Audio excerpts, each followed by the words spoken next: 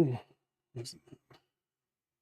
right, we are live for what day is it? Saturday night VFL stream. I did not expect that to start up. I hadn't even pushed any buttons. I wasn't even at the computer. So I don't know how that started up without me clicking a button. Maybe it was on a timer schedule. Who knows? But anyway, here we are. Welcome everybody.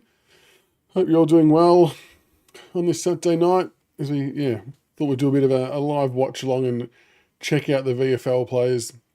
Obviously, we've got Dion Prestia back in action tonight for the first time this year, which is very exciting. McKelty Lafau for his second game back. Hopefully get a few more minutes. Juddy Clark looking for some good things. Hopefully Trezise. I guess, the end of the day, there's plenty of spots up for grabs after what happened last night. So, James Racing, welcome. Welcome. Hope everyone is doing well. Not sure what to hope for tonight. I've got my prediction in as per underneath my graphic. I've got Jasper Elgar for 4 goals. That's my go-to prediction. But we'll see how we go. I'm gonna swap earpieces here. Oh.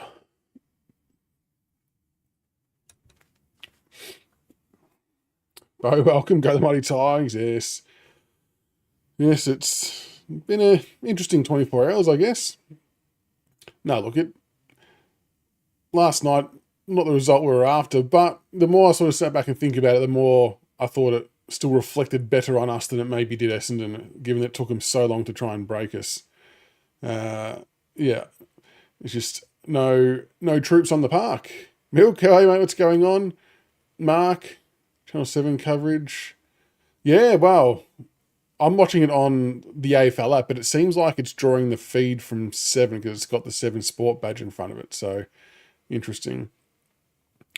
Frederick, I kind of thought that Prestia would play a couple of VFL games first, but a lot of people have sort of mentioned that Uze had strongly suggested that if he has enough of a decent outing in one VFL game, he could be on the plane to Sydney next week.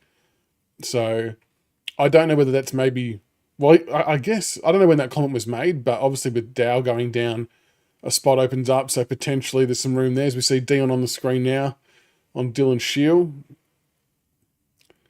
So it'll be interesting to see how many minutes he gets. It's definitely all eyes on him. I agree, James Racing. I think we hung in very well. Right, it's because of the punt road works that are happening. So all of our home games have to be relocated somewhere else this year while the developments are happening at punt road. So I'm not sure how or why it landed on Frankston. But yeah, that's just where our games are at for, I'm guessing just this year. I'm not sure if it's next year as well. But that's the why. Kano, how are you, buddy? Hope you're doing well, mates. We are underway at Frankston. Horrible bounce, it must be said. That was terrible. No mid-season draft news. I still don't categorically know if Razzo nominated or not. Like, I saw someone tweet today, as Prestia gets his first disposal, I saw someone tweet today that nominations have expired, which I believe to be the case, and that they were under the impression that Razzo didn't nominate. So we'll have to just wait and see what happens there. That's a shithouse kick too, whoever that was. If Razzo didn't nominate, I would almost hazard a guess that we've had discussions with him that will take him in the rookie or the end of season draft. Just a gut feel. I know nothing extra in that space. Just a bit of a gut feel on that one, but we'll see how that plays out. But obviously, what's that on Wednesday night? I think so. That is, I suppose the other thing as well is we don't actually have a list spot available. So even if he did nominate, we wouldn't be participating at this very second. And I'm not sure if there's a cutoff for that as well. But yeah, there's no spot for us to even have a pick as it sits right now.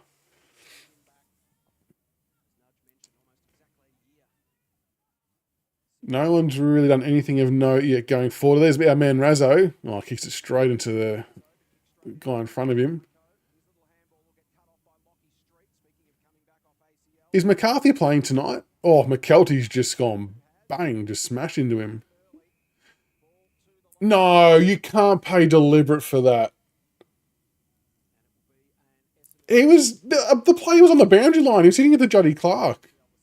That's a shit house call, I reckon. Anyway,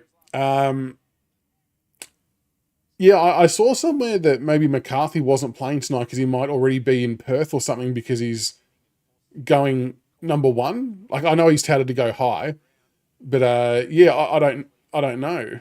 Oh, he's okay. If he's managed, I'm kind of penciling that in as bullshit and that it's more to do with him being picked up. Razzo picks it up, goes inside 50. Oh, that is an ugly kick from George, but it's rolled in. On the board, the Tigers, that was an absolute mung of a... I don't know what he was trying to do there, but he snuck it home. He snuck it home. Oh, everyone's a minute ahead. God damn. I think this is just, yeah, the byproduct of YouTube putting a small delay on it and the fact that I'm watching it on PC. But that's a good goal. Yes, okay, so McCarthy's managed. Interesting. Yeah, I definitely take that as him sorting out his affairs to end up in Perth. I think that would be code for that. Nice little entry by Massimo. Great kick, actually. That was an ugly, ugly kick, though, wasn't it? It just trickled through, but we'll take it. Juddy Clark on the wing. Hoping he has a good game as well. Would love to see him. Hello, welcome. Would love to see Juddy Clark get a 25 disposal game as he just takes a mark there. Good timing.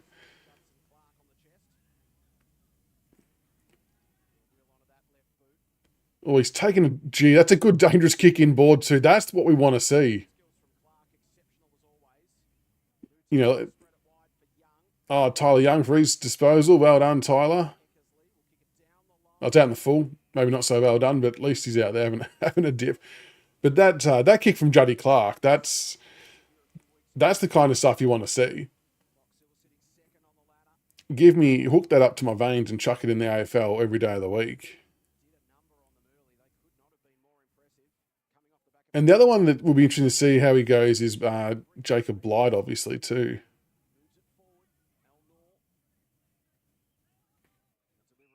Michelle, welcome back. I know we've gone a back-to-back night of live shows, but it's nice when the VFL work out like that, though, isn't it? Compared to last week when none of us could watch it because it overlapped with the AFL game, which is a bit frustrating. I guess there's a lot more interest in our VFL. Oh, jeez. This year with all the draftees and players coming back and things like that.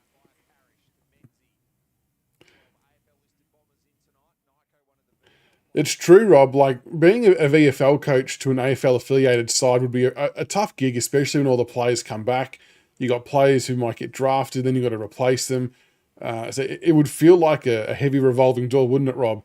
So I definitely feel for Jake Batchelor in that sense, but it's all part of the greater good, I guess. And Wednesday night we're a genuine chance to lose one or two players to AFL clubs, and that's a good sign of our VFL program running really, really well.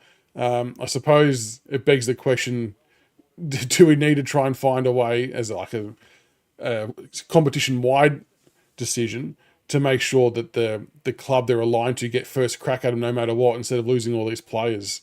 But I think from within the industry at the VFL level, I think our program's been really highly regarded for quite some time. We tend to lose players quite a bit, which is good. A says, Blight, 23 touches last week, surely isn't far off. Yeah, I agree. I mean, I thought he was very close for last night, to be honest. I really thought he was a solid chance, but Hayes Brown just takes out the ruck. Or Eleanor could have been in the back there. Yeah. I don't want to blame losses on selection and things like that, but I really do think we could have done with Jacob Blight up forward last night. And I know he's playing as a defender, and I'm not expecting him to go play forward and kick 4 or 5 goals, but I just thought to have another physical aerial presence would have been handy. But we rolled the dice how we did, and yeah, here we are.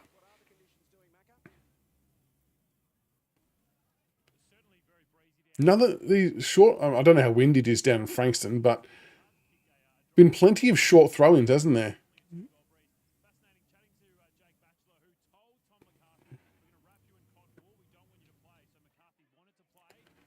Oh, good tackle.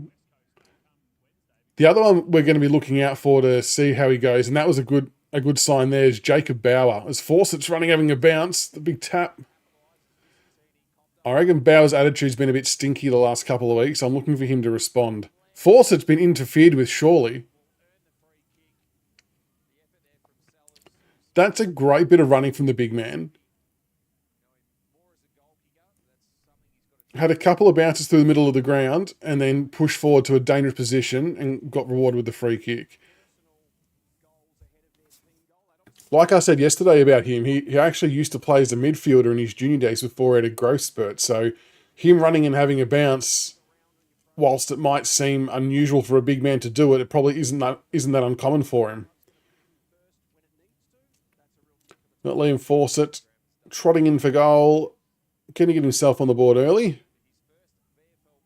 No, that is slid to the left. That does look a bit breezy out there at old Frankston.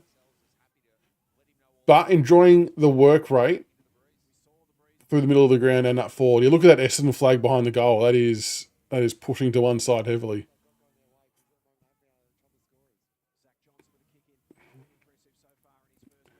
Gee, at AFL and VFL level, they let players run so far when they exit the square to kick out, don't they? Like, I swear they all run further than the 15 metres. We're working at a defence here nicely. Sonzi back to Trezise. Inside 50. Ugly, ugly kick. Bauer. No good. Oh, you've seen. No, rush behind. Just didn't get enough on it, did he? Yassine could be another one. I'm not sure. Did he officially nominate? Because he might be another one that some people may look at too.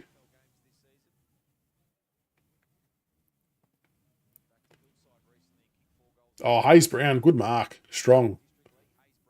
He's starting to fill out nicely. Like, I really don't know if he's going to make it, Hayes Brown, because his kicking's a little bit orcs. That wasn't so bad, but oh, the tap. Razzo. No. I think it was Algar to Sonzi. Oh, God. Wind's taking that across. Yeah, Hayes Brown, I think so, Kane. I think he's developing all right. Like, that mark there was a really good positive sign, wasn't it? Being able to move the opposition ruckman out the way and take the grab. Austin Johnson takes a lovely intercept mark outside 50. A lot of stationary plays, which I don't like seeing. Pops it in. No good. Was it touch though? I think it was touch off the boot. But yeah, it's like Kano and everyone else in chat. How far away do you think someone like Hayes Brown is? Like the optimistic part of me thinks we might see a game from him this year. Oh, Razzo weaves in and out. Back on the deck. My man. No, surely not. Jasper. Yes, Jasper Elgar on the board. 1 of 4. Get around him. Get around him. See, I've put him in for 4, folks. That's my prediction. Get that man into the ones ASAP. I've been hot on him all year. All year. How are you, Grok? My man.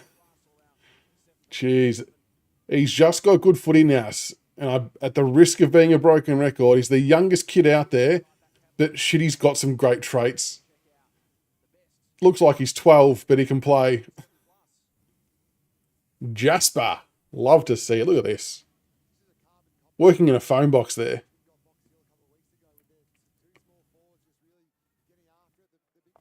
Well done.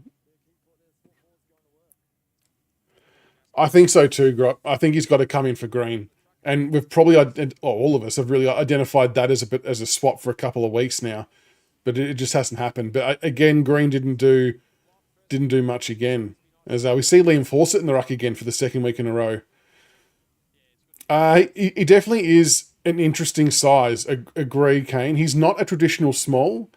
Lafau just mowed the bloke down. Jesus Christ. That is not who you want bearing down on you at a rate of knots, is McKelty Lafau. Love to see it. Oh, God. How's that a free kick? That was a huge hit. That's the sign of a bloke who plays rugby. that type of tackle. Yeah, so Fawcett started doing some ruck work last week for the very, very first time. So it'll be interesting to see how we go. Surely we get holding the ball there. No, play on. Right, okay. Yeah, so Alga, he's not that traditional small, so he's definitely taller than Steely Green. Um, he plays tall. Like, he's actually a really good third marking option. Reads the ball well, can play small, can play a bit taller, has good goal sense. The only thing he doesn't have that our other smalls have is our other smalls have got that lightning leg speed. Whereas, yeah, he doesn't have that. But I think he thinks quick, so maybe he makes up for it there a little bit. Our heat looks on here, doesn't it? Our pressure looks good. Ben, you reckon Hayes Brown 6 to 12 months away before he gets an AFL chance? Possibly. I mean, I'm maybe more thinking that he might get a chance this year just because this year is, I don't want to just like a nothing year, if that makes sense. Like, we've got a free hit to try different things, whereas if we wait, I mean, next year will probably be the same thing, if we're being honest. So maybe that is the case. It's another 6 or so months away, but I can definitely see him. He's definitely improved a lot since he first come to the club. So yeah, he's doing all the right things there. It's just learning the craft and growing into his body. I mean, you got to remember last year he was still playing footy in the VAFA, and then he got the call up late to come back to the VFL. So I guess this could be his first real full season at VFL level. Lockie Street's a legend. I don't know a lot about him, but what I do know from what you hear and read is he's very highly regarded amongst the football club by coaches and players. So yeah, I think that speaks volumes of him as a person. Juddy Clark, dual-sided, thank you very much, on his right foot, 50 metres down the line to hit McKelty Lafau. I'm in Juddy Clark's camp as well, folks. Get that kid in. It's a shocker kick. Oh, Jasper makes a great contest. See? That small things like that is so good to see. He was out of that contest and then just got there and spilled it over. Agree, Grock. Juddy Clark's kicking is beautiful. Both feet, got good pace. I think the wing spot's there for the taking.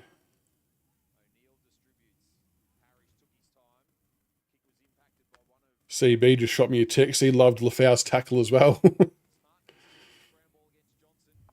Surely that's holding the ball. He spun around about 3 times. Good tackle, Cosy. Well done.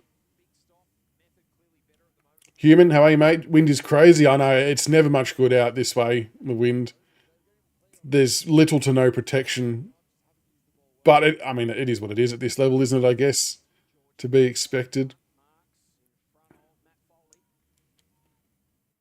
Oh, Kano, you drop Ross as well. Jeez. Look, Ross was probably a little bit fumbly last night. I think he worked into the game okay, but was just probably not as clean as we're used to or needing him to be. I guess it sometimes gets compounded when our other mids have a bit of a stinker too. Like, it makes everyone in that department look worse, which doesn't help.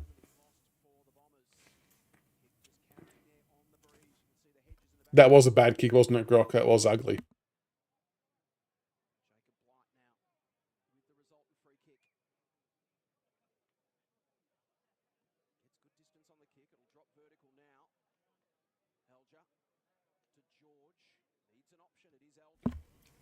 Jasper's getting involved again, folks.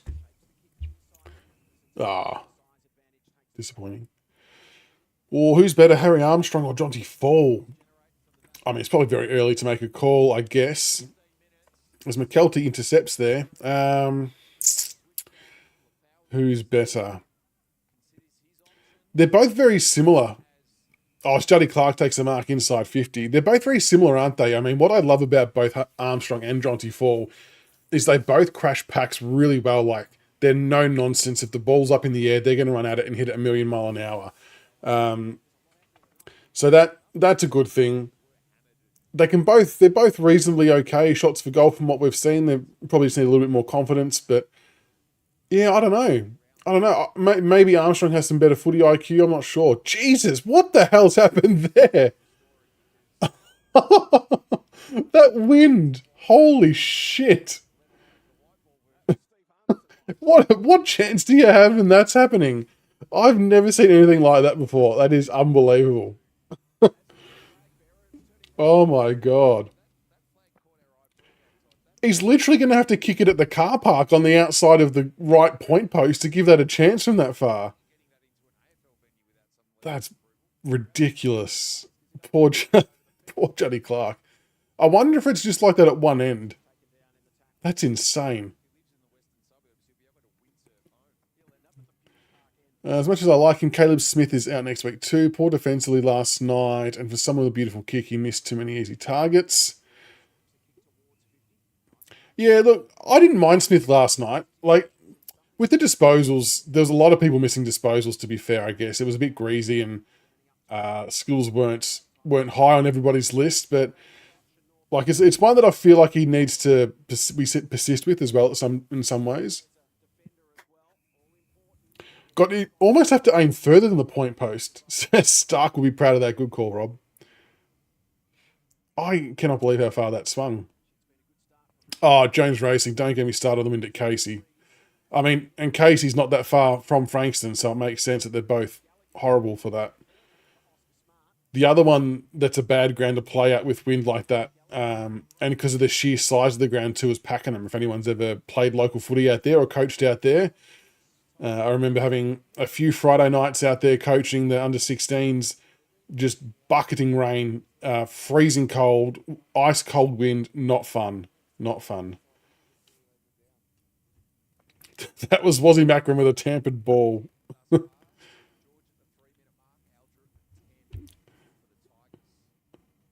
Hayes Brown doing some work in the ruck.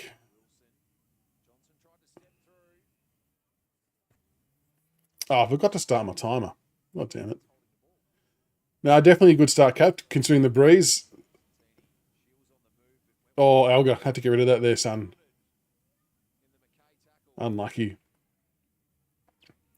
The VFL ground near the bay, yeah, it's weird, isn't it? Like a lot of the grounds are near very windy spots, but they've got to put them somewhere, I guess.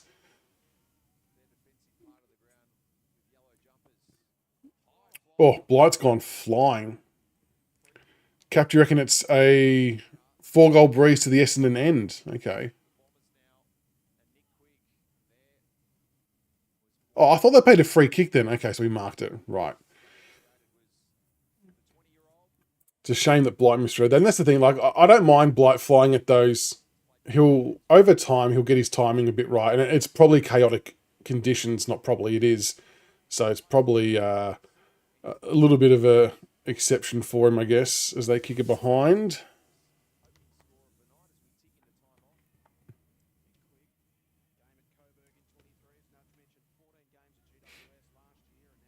Blake gives a lot of freeze away with unrealistic attempts and a low new guy. Yeah, I guess so, Michelle. Like I said, I think it's just a timing piece as well. And I reckon that ball is going to be a real pain in the ass. The judge coming in with that breeze too.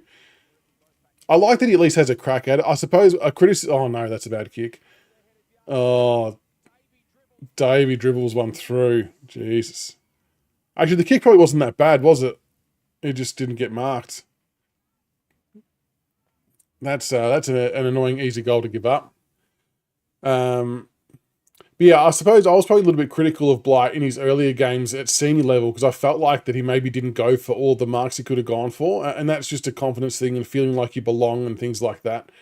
So he'll get better, but at the same time, I feel like he's the type of player that could potentially, like at the peak of his powers, take 7, 8, 9 marks a game consistently just because of how good he is athletically in the air and how strong he is. So look at this kick here. Oh, it did just clear Young, didn't it? Wasn't a great kick.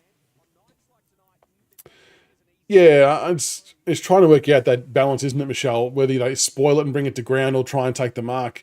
I guess when you're playing as a defender, coaches might want that balance to be more towards spoiling rather than marking. But he's typically a fairly strong mark, so they got to just try and find balance like that spoil there. That's good across the boundary line. Yeah, what's the deal with the Tassie one, Kano? Is it about the stadium? I've never quite fully understood that. I think it's a little bit harsh to ask them to have to build a whole new stadium when there's 2 or 3 stadiums already there in existence that were probably going to do the job.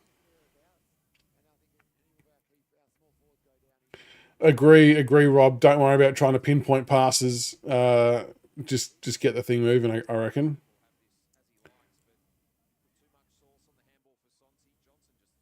They're not really calling for deliberate here, are they? Jesus Christ. Williamstown Oval, yeah. Yep.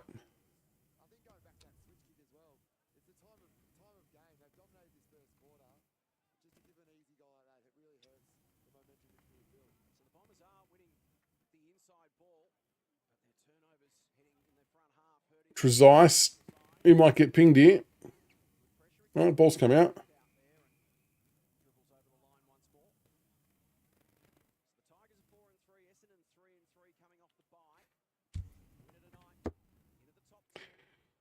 Yeah, that's true about the grounds down there being open like this. License is provisional on having a roof stadium built. Yeah. Like, how necessary do we think it is? Like, given that we already play and have been playing, oh, Prestia, a bit crude with the high tackle there. We've already been playing AFL games in Tasmania for, well, let's call it 8 to 10 years, maybe longer. So it's not like it's going to be uncharted territory for teams to have to play there. Maybe not everyone's gone down there to play yet, I guess, depending on their fixture against North or Tasmania, North or Hawthorn. But it's not totally unprecedented. And I get that it is going to be cold and windy, but I'm not sure whether I would be so caught up as to not letting the team get off the ground without the stadium. Like, imagine all the work they've done going to waste. So they've got people on the ground here in Melbourne, they've got people in Tassie, they're getting together like their membership programs, and even though they can't obviously offer memberships to get into games as such, they're offering different types of membership packages early days to get some support and things like that. It'd honestly be a real shame if it didn't go ahead. When in reality, Tassie should have been the first expansion team in before Gold Coast and GWS, in my opinion.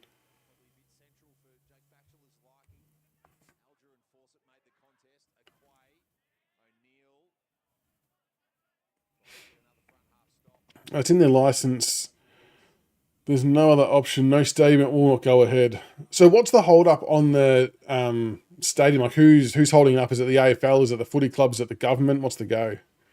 Oh, Rob might have just alluded to that. It's more about forcing Tas government to make a huge commitment to the team in order to lock them in long term. The AFL doesn't want to be left holding the baby. Right, okay. So it's essentially the Tas government and the AFL playing poker against each other and seeing who blinks first. And in the meantime, you've got the Tassie administration and staff just waiting to see what happens. Oh, he's marked it across the face. Jesus. Government holding it up. Why wouldn't they get behind it though? Surely a Tassie footy team would be one of the biggest things to happen for them as a government almost ever. Like, I would have thought that would be a huge tick. Oh, has he got that? Look how far the ball's gone. Jesus. Old red time goal, Richmond. Yeah, I just would have thought that it would be in the government's or the state government's best interest to really get behind the Tassie team. I know it's going to cost a fair bit of money, I guess, but I really think that they'll fill stadiums. Like, they'll get good crowds from the get-go. I just think Tassie as a state will have really big buy-in. But yeah, like, obviously there's the whole cost of the stadium. That's true, Jones Racing. With the roof, they can get music acts. Yeah, true. They've got Big Bash. Test match cricket could potentially be played there uninterrupted. Does it open the door for A-League? It's a good point. It does make it more multi-purposed. It's a good call. $1 billion and Hobart gets the bulk of the benefits. The rest of the state. Oh, so is there smaller politics within the politics? Surely they just have to band together as a united state to get it done. Like, they will be kicking themselves if they fluff this and don't get a chance to have a Tassie team.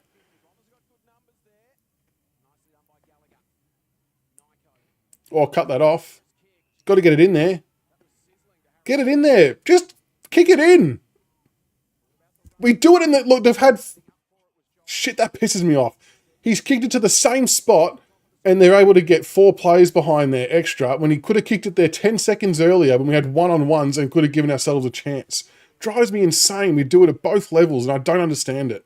Just kick the thing in there and give us a chance. Oh, Massimo. Oh, no. Dribble through. That delayed kick will be the death of me, I reckon. I swear to God. Good spoil.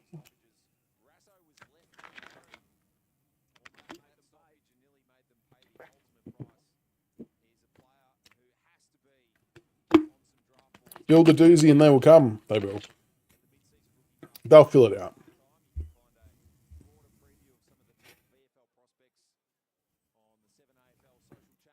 But the parts outside of Hobart want more of the benefits. Surely they can be easy enough worked out. Flick some money around here, there and everywhere. Oh, Massimo takes a mark. Like, I get everyone wants to benefit from it, but surely as a state in totality, they'll benefit from it greatly. They've just got to find a way to make it work. I think it's an important piece of fabric for football to have a Tasmanian side. This could go anywhere with this wind. Oh, Fawcett flies. Algo gets taken high, surely. He's going to get pinged on the ball. Oh, no. Get flashbacks to the name Foley. Actually saw Nathan Foley not long ago at an AFL function. I didn't get I wanted to go up to him all night and talk about Richmond, but we were there with a whole raft of people and I didn't want to take away from what we were actually there to do. Fawcett, pick up and spin move to Bauer. Yeah, Axel's still heavily involved with footy at an AFL level at least. Oh, ball up in the goal square. Dangerous areas. Get the green team in. I like that, human.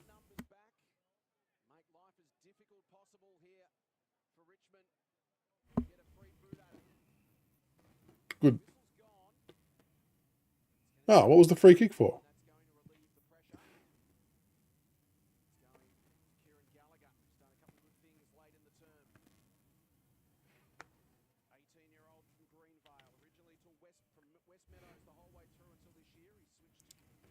We're about 29 minutes. Jesus. Oh, Blight. Yeah. Oh, it was touched. Go, Sonzi. Oh, God. He's gone the underground handball to a bigger player. That wasn't good. Go, Juddy. Get it. Go, go, go.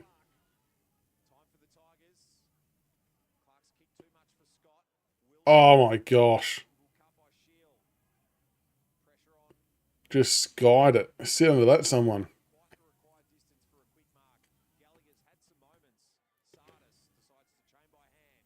Oh, and the Bombers could be out here. Good. Well done, Cozzy. Good tackle. Lefty's man come up and impact the contest. Well done. Mark, my understanding was the stadium was a complete precinct which would bring the city into the 21st century, which some are against. Right. So now it's a heritage listed battle as well. Oh, Johnny Clark, what a kick. What a kick inside 50. Oh, that swung in. Oh, Fawcett's missed his bloody foot. Unlucky. Quarter time, 16-14. Fawcett was almost a chance there to soccer that one through, and it just didn't hit his foot. Nowhere near it. Not a bad first quarter in, what can only be described as horrible conditions. Let's bring up some stats. Collingwood are winning as well, 8-1 against North Melbourne. We obviously need that to happen as part of the death ride process. VFL stats, Richmond by 2 points. Player stats. Sonzi leading the way for us, 9 disposals, 2 tackles, 1 clearance. Austin Johnson, 8 disposals. Lachlan Wilson, 7. Razzo 7. Juddy Clark 7. 4 marks already for Juddy Clark. And a clearance, including a couple little cheeky kicks off the ground there to get it inside 50 at the end. Jacob Light, 7 disposals. Harry Scott, 6. El North, 6. Lockie Street, 5. Tyler Young, 4 on his return. Trezise, 4. Fawcett, 4. Elga, 4, including a goal. McKelty Lafau, 3, including an enormous hit, which was good. Hayes Brown, 3 and 8 hit-outs. Where's Dion? Dion's had the 2 touches, 1 clearance. Cozzy's had 2 touches as well.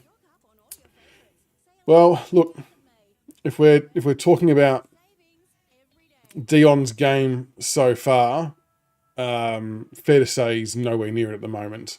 And a little bit of rust there. He's obviously been out for a little while, but what's everyone thought of his game to this point in time? Can I say, hello, Vanessa. Hope you're doing well. Thank you for tuning in. Glad to have big fans as always. Appreciate all love and support, Vanessa.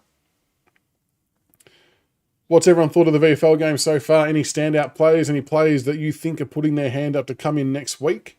Because there's going to be some changes, folks. There's going to be some forced changes and maybe some unforced changes. Rob says Tas/Stadium will happen, but the overly expensive Benassine will end up costing 1.2 billion or so once enough pork is spread around to keep everyone happy. It's only taxpayer money after all. I think you're kind of ultimately right though, Rob, aren't you? That it will get done. It will get done at some stage. They're all just, posturing and trying to play poker and make things difficult. What do we all think about Buckley as the potential coach for the Tassie? He was actually one that I flagged really early on as a probable option for that job. To me, it just always made sense to get someone like Bucks in. Experienced coach. I think his media work has been awesome, like keeping himself involved in the game. He's really good analysis. He's probably grown a bit more as a person, which may change his coaching style slightly.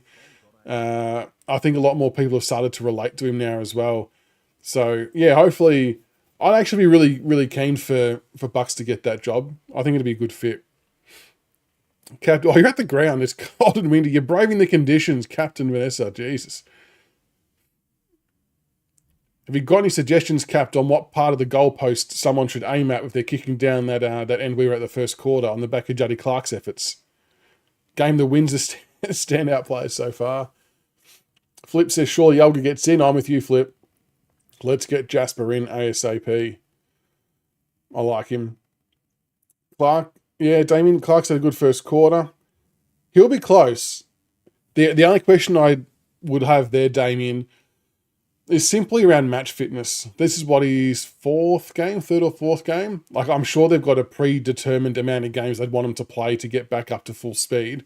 But you know what? I wouldn't even be against Juddy Clark coming in as a sub as a starting point, and then maybe look to get him in for a full game the following week, possibly.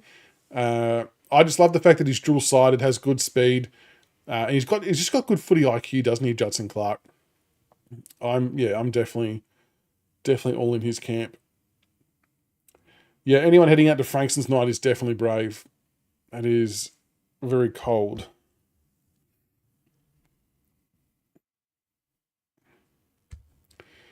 But it's good. It means we've got good selection headaches ahead of us, which is nice. Just want to see Dion get a bit more involved. Like, I know people, had suggested that Uze was maybe hinting at he would come back in next week if he got through today.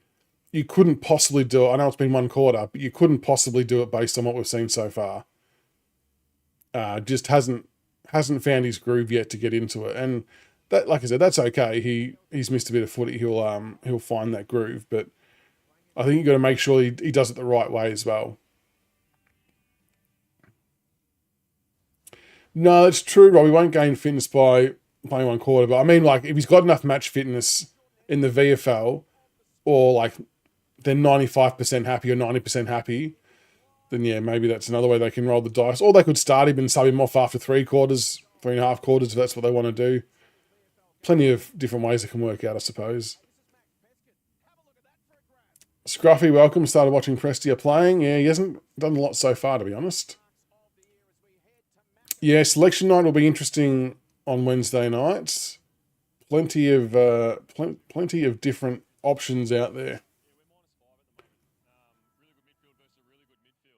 Got Jake Batchelor on.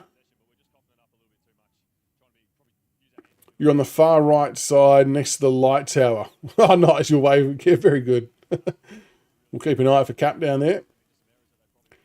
So we should technically have the breeze this quarter. Yeah, we should. Yeah, we'll cross to Cap on the boundary line for some live reports at the ground.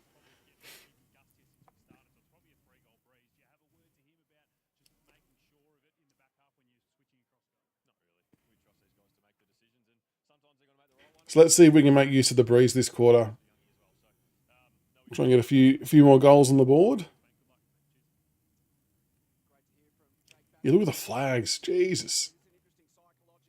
That's crazy.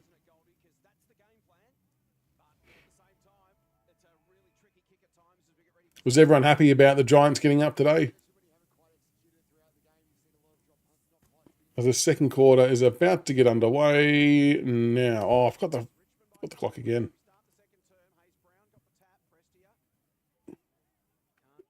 Oh, Prestia dispossessed in the middle. And it's gone straight down Essendon's way.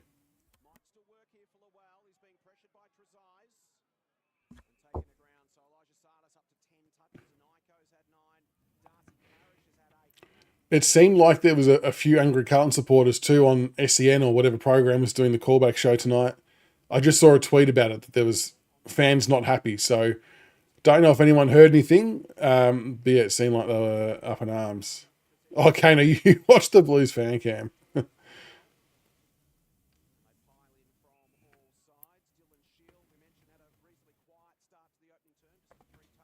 That's where the fan cams are interesting, aren't they? Like,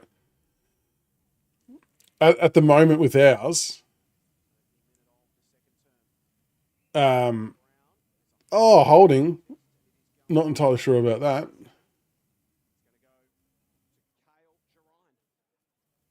But like obviously with our games, that everyone's, I suppose, got a relatively similar expectation of where we're at with everything, whereas it's a little bit different. So are you on the left hand side of the light tower, Cap?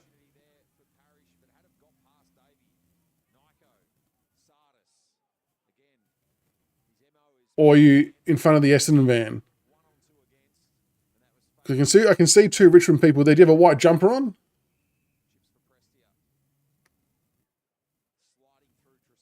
Yeah, I know. The delay's a killer, isn't it? It's like it's almost double delay. YouTube tack on a bit of a delay as well as watching it via the AFL app on the website. Oh, it's dropped off the back. Jasper, handball's in board. Razzo hasn't got the ball. Geez, Razzo unlucky not to get a free kick there. Surely we got delivered out of bounds. Right next to the Reece sign. Okay.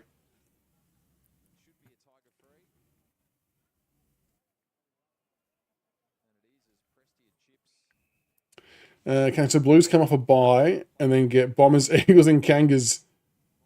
It's the second time they've had the Eagles and Kangas back to back. That's shit, isn't it?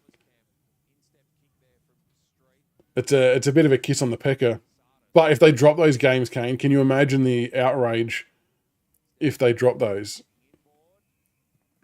So Cap's down next to light tower number one. Light tower number one. To the right of it, near the Reece sign, we've heard. Oh, force it. We're competing. We're playing Where's Wally within the game, aren't we?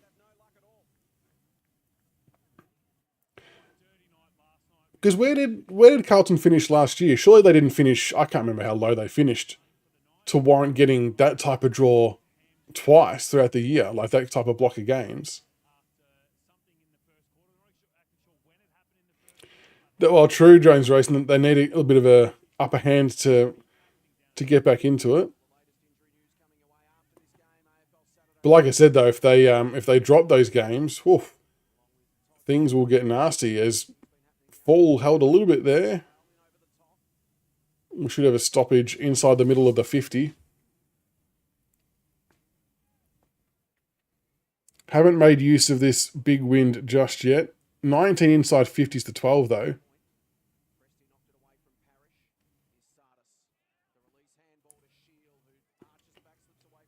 Yeah, we're getting down to cap territory. If Essendon get another kick here. Light Tower 1 to the right-hand side. Reese logo. Oh, no, we're going to turn it over.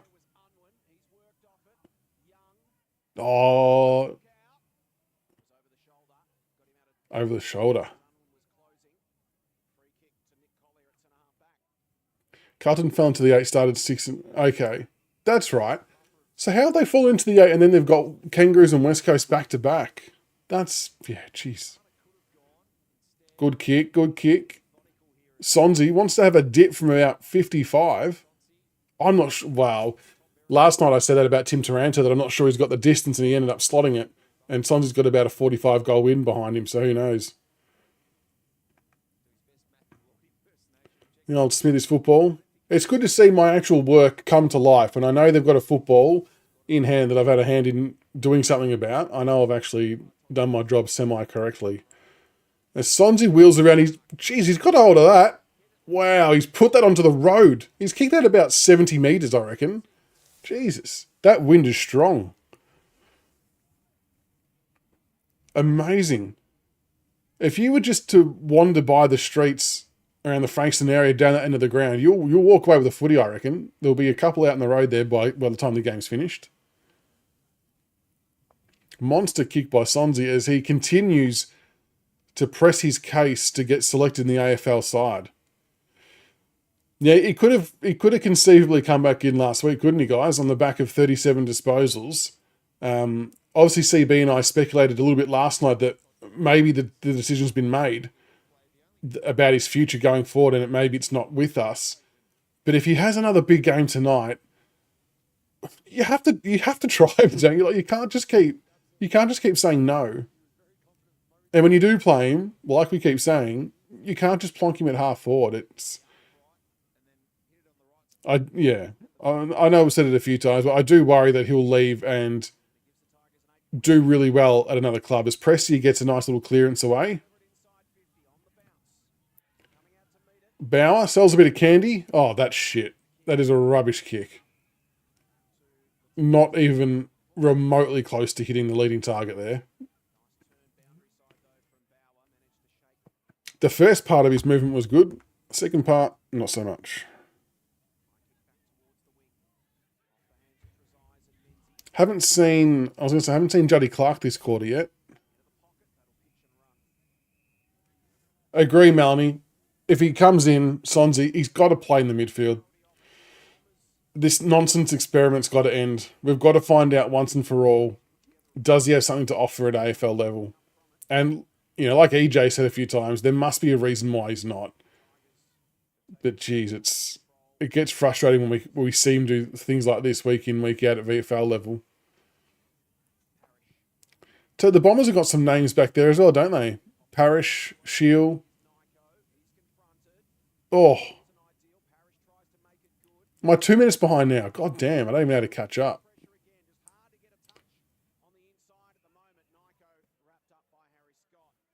Give me a heads up if it's down your way then, Captain. I'll keep an eye out. Yeah, it's a good call, Ben, especially with now the forced outs and things like that. There's an opportunity there now, isn't there? Like, as it stands right now, if Sonzi gets another inside 50... Oh, jeez, it's been spilled. They've paid in the back. God. Right now, you're probably picking between Sonzi and Prestia as maybe the next midfielder to come in. On exposed form, you got to go Sonzi, don't you? And Prestia still is going to need a bit of conditioning to get back up to speed, I dare say. Greystoke can recommend Blue Haven. A bunch of Blues fans of Lebanese heritage. Love the passion. A couple of them are very funny, especially this year. I think I've seen some of their shows. I do often browse around and have a look at what everyone else is doing, just to see what other ideas are out there that we can try and adopt and twist and do our own way. But what I like about some of the other ones that I watch, and it's a shame because I don't think we can ever execute this, is they do a lot of stuff like all in the same room together. So they're all on a couch talking or whatever. One, I don't have the equipment to do it, but two, and probably more importantly, that we all live so far apart from each other that it's actually almost impossible to pull it off. It'd be cool to try and do at least one show a year where we're in person, but I just don't know how and when we can do it. Like whether it's hiring a studio or what the go is, I'm not sure. But even like Kanga TV, Marnie, who we had on for Behind Frenemy Lines, she does her own sort of version of an opposition preview that they might be out at a park sitting on a bench or whatever it might be at someone's house. So doing it sort of in person, which is kind of cool. Again, I probably don't have the time to do that either, which would be nice to, because I think it adds a bit of a different twist to it all. Well, I've missed a score here, haven't I? Am I 2 minutes behind now? Jesus. Sondy was rated as a top 5 pick before his injury in his draft year. Yeah, and like I was reading his draft notes a few months ago, and yeah, it was very complimentary about his clearance game and things like that. And it just, yeah, it starts to make you wonder, why haven't we had a sneaky look at it at the top level yet? Because we do see it at this level anyway. Oh no, Essendon afford again here. Oh, good defending there. Is that Trezise? Well done. Oh, he's burst through as well. Good boy. Oh, he's hospital handballed that. Jesus Christ. That's too high on Gallagher, surely. No. Prestia, a bit of a slow start, to be honest. Hawk Tim, welcome. First quarter was, I think he had 2 disposals. He's had a bit more, I don't know if he's had more of it this quarter, but he's definitely had a couple of clearances this quarter, which have been good. I'm not sure what his game time balance is at the moment, though. But yeah, he definitely got a couple of touches this quarter already. But we've got a massive breeze going down our way that we haven't seemed to utilise much yet. Andrew, I feel Uze is hinting Prestia will be good to go next week. A lot of people have felt the same way, Andrew. I was actually mentioning that before, that a lot of people felt that's what was being implied. Based on what we've seen so far, I think that would be a massively wrong call. In some ways, not in some ways, in a lot of ways, it would be a fair slap in the face to someone like Sonzi if Prestia has a managed minute game after not playing for 9 or 10 weeks longer and then comes in. Unless he shoots lights out. That's a big kick down the middle of the ground there. I must be a long way behind here. Essendon is still attacking. Oh, our Nor with the turnover on half back. We are away. That's it. Get it moving. Oh, Dion's just drove the goose out the back. Oh, the meatball, as I've talked him down, just strolls in and kicks a goal. Dion, well done. That's good to see. Good to see him get a goal. Still not sure he's going to be right to come straight back in at AFL level, but good to see him get a goal. Yeah, if we're being genuine about selection, yeah, you would have to have Sonzi in ahead of him, surely. But good goal. Sonzi's got a goal as well, so they're one apiece if we're comparing the two. And Jones Racing, I think that's a really good point, and I agree. At Prestia's age and at the reoccurrence rate of his injuries, I didn't want to say that, that we should definitely be seeing him in the VFL for, I reckon, 2 or 3 weeks, just to make sure his body can hold up. Yeah, Rob, I did it. I did it inadvertently. Yeah, who else can we talk down? They might kick another goal. We'll try that again. I feel like I'm getting further behind, Like, I'm not hitting pause on anything, but I feel like it's getting further back. Maybe at halftime I'll close the app and I'll reopen it, and we'll see if that gets me back up to speed.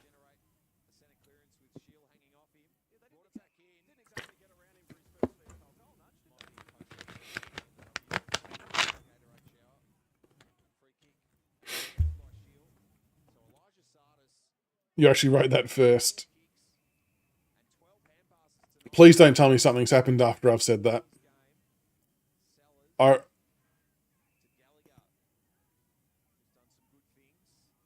That win is so hard for Essendon going forward as well.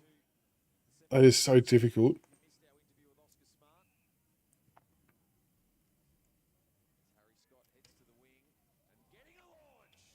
Oh,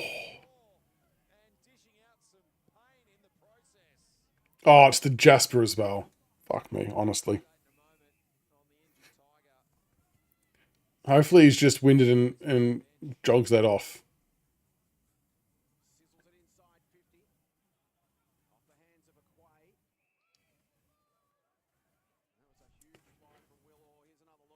No, he's got him flush in the side of the head there, I reckon.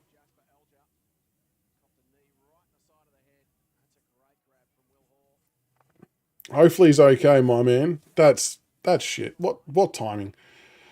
In terms of Vertex Howell's Sammy's hamstring, he's still out there, Jaspers. That's good.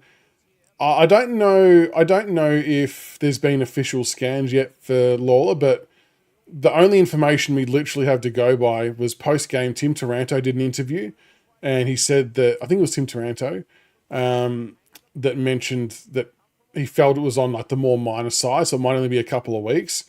But we've obviously got the bye coming up in round 14, so you would assume he's going to miss the GWS Sydney game, and then that's 2 weeks. Then you got the bye, which is 3 weeks. So maybe he's back for the first game after the bye potentially. So in some ways, as annoying as buys can be, maybe that's come at a good time in terms of him not missing another actual game, if that makes sense. But yeah, I haven't seen anything official from the club. I'm not sure if anyone else has, but as Fawcett kicks one about 105 metres out of the back line, he's going to get done for deliberate here, isn't he? Insufficient intent. Smart umpiring. Smart umpiring. I'm glad they didn't call that. Yeah, Vertex. I cannot answer that. I do not know why. I do not know why we are cursed. But yet we have not learnt our lesson. Though it's good to read that he's okay. Tell you what, Fawcett's doing not so bad in the ruck. You just grab that one out. He's showing some okay signs. And we're still on the lookout for Capt as well near Light Tower 1. He's going to give us a wave. Vertex, you think they said it was general soreness? Okay, so he could beat the Sydney game if it's very minor. Honestly, if it's very minor, and if there was even 15% doubt or concern that it could get worse in the Sydney game, I simply wouldn't play him. Like, we've got nothing to gain from playing him this year. I know you want to get experience into him, so you've got that to gain, I guess. But in terms of risk versus reward, I would rather sit him out for another week and make sure that it's completely healed fine. Let him have a rest in the bye as well, and then bring him back in post bye. Damien Smiley's. Oh, Bauer's gone for mark of the decade again and just taken out someone. Smiley is listed as TBC, and it's kind of code for they need to get him fit. I think they just need. I think he needs to just slim down a little bit. Just because I just think his actual the sheer size of him. Hang on, I'm looking for Captain to wave. Oh, there we see it, waving. There we go. Is that you, Cap, in the white jumper and Vanessa in the blue? I know I'm about 2.5 minutes behind, but we saw it. We saw the wave. Captain wave.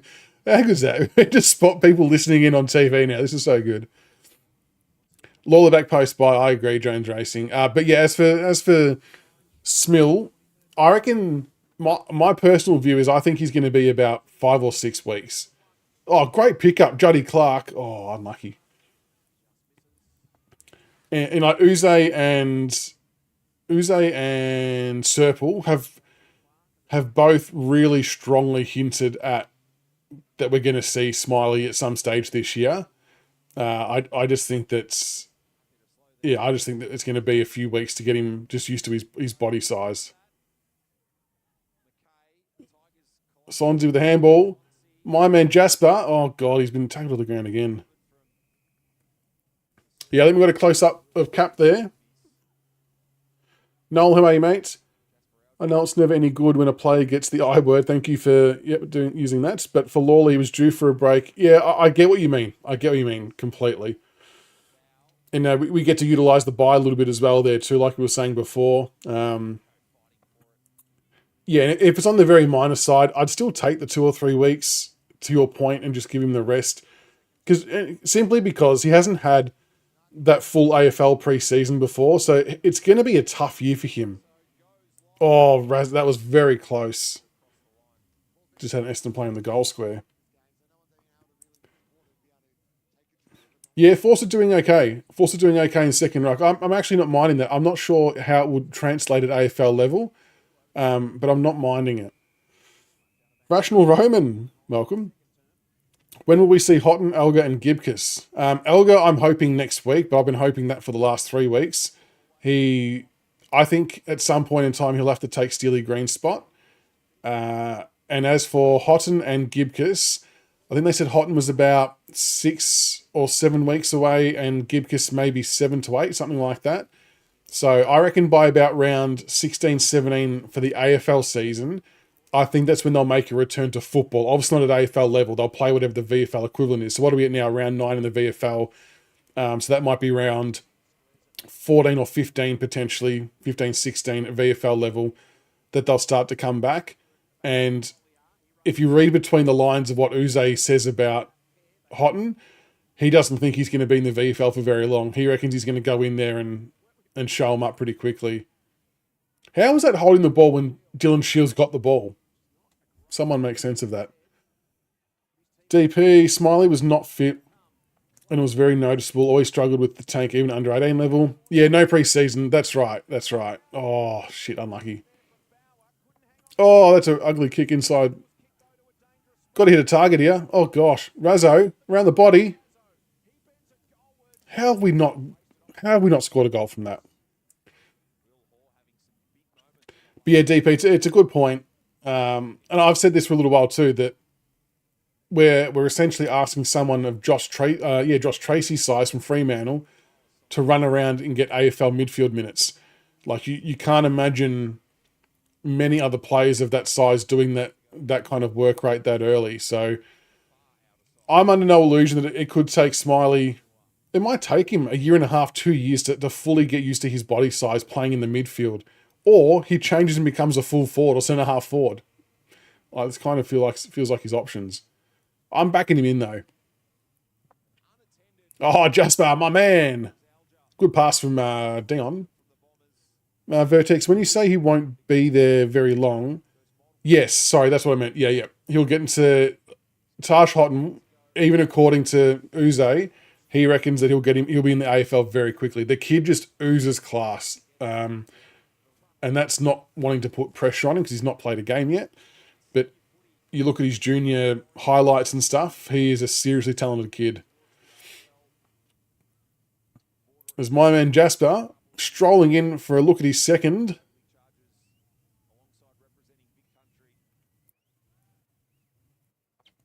And he kicks truly, Jasper. 2 goals, 2 more to go, folks. Two more to go. I had him down for 4. Halfway there, and we're in the second quarter. Get him in. Leo, if Elgar doesn't get him next week, I won't be happy. I've not been happy for 3 weeks, I reckon, based on that. Doesn't that shit you when they take him off after they've kicked a goal? Every damn time. Good boy. I tell you what, we might have to play a sponsor Jasper Elgar next year. We might have to do a Tiger cast, kind of like what the Big Footy website does, how everyone who wants to help sponsor puts in shares. Like I think it's $50 or $100 for 2 shares to pool the money to sponsor a player, and then you raffle off the events that they have throughout the year, so you can go to the player sponsor nights and things like that. We need to consider this, I reckon. I reckon we need to get around Jasper Elgar. I'm calling it early. Massimo, you've scored a goal, I believe, early on in the piece. Jasper Elgar's kicked 2. Who else got a goal? I can't remember who else got one. Prestia got a Joe the Goose out the back. Oh. Lafau smashed a few people. He's just thrown it over the boundary line, over the point line. Marley's not happy with that. Even she's getting angry. Oh, Juddy Clark turns, puts on the burners, kicks an absolute laser into the centre of the 50, and McKelty Lafau takes a mark. Very, very good. Oh, hang on. I'm gonna let the family in. Hang on a sec.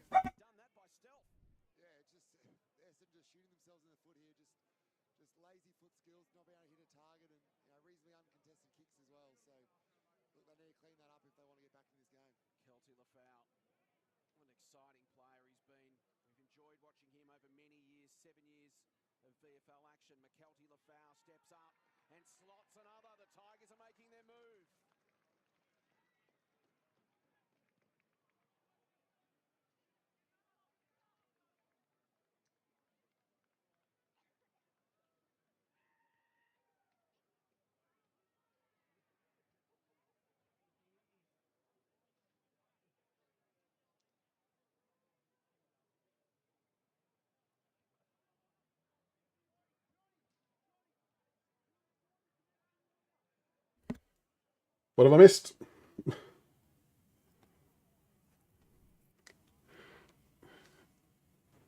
Who scored the goal? McKelty. Yes. Great pass from Juddy Clark there. Dog's name's Marley, eh? Her name's Marley.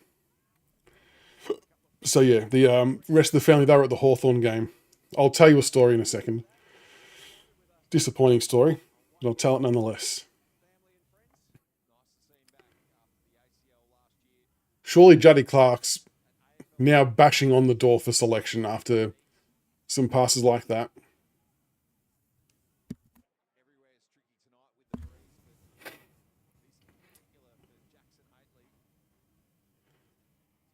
It's Jasper Mark of the Year. Hang on, we're in cap territory here, are we? Is this near Light Tower 1?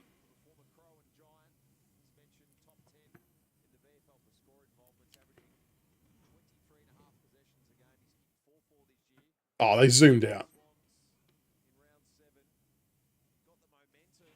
No, one behind. Juddy has to place as rational. His kicking skills are elite, 100%. And that's what I mean. His footy IQ and his skill are very, very good. I think it's literally just a matter of getting his fitness up to speed before he pulled the trigger on it. So yeah, onto the... Oh, good mark. So yeah, my boys and wife went to the Hawthorn game today because she's Hawthorn, as is the rest of her family, and the middle child for us is Hawthorn. But the eldest will go and wear Hawthorn gear, and he pretty much likes to follow anyone who's winning out of Richmond and Hawthorn. So I'm sitting on the couch with the youngest watching, I think we're watching Peppa Pig. And I get a video call from my wife, and I answer it, and it's the two kids with wizard hats on. I just gone, you're kidding, and just hung up. Not having that. Not having the boys wearing wizard hats. Just no. So I feel like I've let the team down, let the family down, and we have to somehow scrap that from their wardrobe, the old wizard hat. Ryan, with all the young key forwards coming in, is throwing Bauer down back to play as an interceptor, one last roll of the dice to save his career. I mean, they could try it. In a lot of ways, though, Ryan, we're probably got equal the amount of tall timber down back as well, don't we? We've got, obviously, Gibcus is coming back. Trainer's doing well. We've got Blight, Campbell Gray, Miller. Gibcus is coming in at some stage. Tyler Young playing as well. Bolter. So we've probably got equal amount of talls at either end. But maybe he's got to try something. I think for him it's an attitude thing. He's got to get his shit together and just realise he's got to fight for his spot now.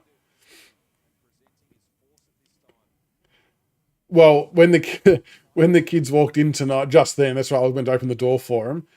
Because I'd looked at the stats previously and I saw Watson only had about 4 touches. Oh, where's your wizard hat now? And I got stuck into him. A bit of a spray on the way through.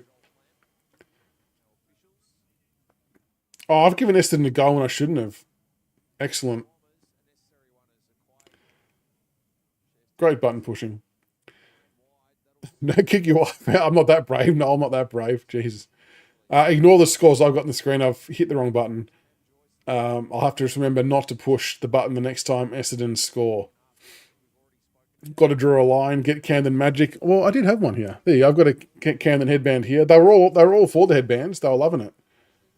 They were loving it. Glenn always told my daughter, if no Richmond, she's living in the back shed. I love it. No, I definitely had a bit of a fight on my hands with getting them to follow the Tigers.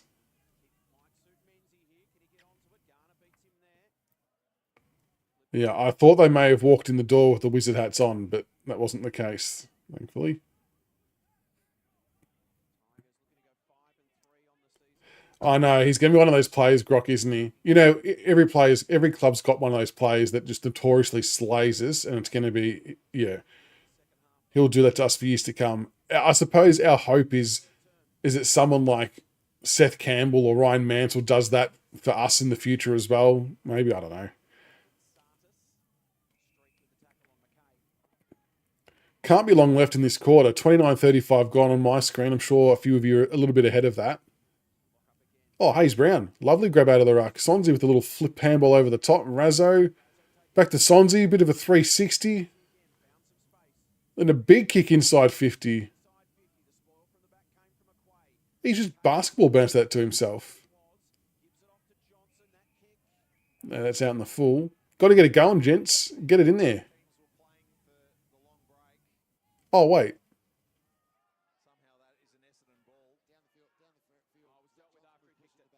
Oh, did something happen downfield? Because I could have sworn that was an Essendon player who kicked out in the full.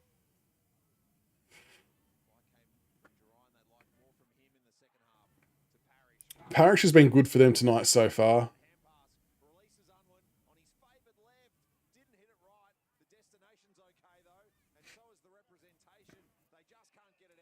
Put the dynasty tapes on. Yeah. Yeah, break out the recordings. Leo, getting your kids to go for Richmond is basically teaching them about, about investing. That's a good point, Leo. Very good point. It builds character going for Richmond. You go through the highs and the lows and you come out the other end a better person. Look at all the shit that we've watched and dealt with over the last 30 years prior to 2017. Oh, don't. Yeah. Not sure that tackle was necessary after the siren. Siren's just gone. Yeah, half time. 6-8-44 to 3-4-22. Benjamin, we don't think that Rozzo's nominated for the drafts. Don't know for sure, but I think cutoff was like today or yesterday or something like that, but it doesn't seem like he has. But we'll jump across to the stats. Wrong button. Tyler Slonsy leading the way, 19 disposals, 1 goal, 2 clearances, 4 tackles, 3 marks. Jacob Blight, 13 disposals, 4 marks. Is that all? I thought he had more marks than that. Lockie Street, 12 disposals, 1 tackle, 2 clearances. Razzo, 11 disposals. I don't know if this happens all the time with Razzo, but it looks like he's definitely up around the contest a bit more, getting involved at stoppages and clearances. 2 clearances for him as well. I really like that. That's kind of what I want to see Maurice Rioli and Seth Campbell do a bit more of. Elnor, 11 disposals. Juddy Clark, 11 disposals. 4 marks, 1 clearance.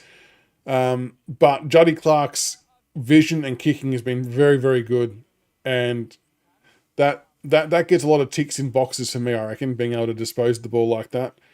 Trezise on 9. Dion Prestia, 9 disposals, 1 goal, 2 marks, 2 clearances. He was definitely a lot better that quarter. So that's what a 7-possession quarter for him. So that's a good comeback from him, given the first quarter was a bit lackluster. Fawcett, 9 disposals, 5 hitouts, 1 clearance. Jasper Elgar, 8 disposals, 2 goals. My man, 1 mark, 2 clearances. What about the tackle count? Sonsy's got 4 tackles leading the way. Clearances. Hayes Brown leading the way for us with clearances with 3. There you go. I might have to close this and reopen it to try and catch back up to speed. Is the foul playing good enough to push for selection next week? He's playing okay. The question will be match fitness. Like, I don't know if the plan for tonight is for him to play a half or 3 quarters or what it might be. I think you want to see at least a 4-quarter effort of some capacity before chucking him in at AFL level. But I would say in the next 2 weeks, what will be interesting is if we play him before the bye or do you wait till after the bye? I wouldn't be against playing him the week before the bye, but yeah, we'll have to see how he goes there. Like Croc teaches us about patience, humility, perseverance, and not counting your chickens. It definitely does. Yeah, DP Bauer's kind of stagnated for me, hasn't he? Like I remember at the start of this pre-season, I remember CB and I were talking him up quite a bit, saying that we're looking forward to seeing how Bauer goes. He was looking really prominent in pre-season, but he just hasn't grabbed these opportunities, has he? And he's just not responded well to the other players getting games. It used to be hard wearing the Tiger duffel coat Monday mornings. Rational Chris, I've been alive for 8 flags. Wow, only Hawthorn more successful. We are an enigma. We can be poor, but when we are good, we are brilliant. Agree. It was such a weird period, that 2017 to 2022, 2021, where we were like hated by people. It was such a nice feeling. We weren't pitied, we were hated. It was good.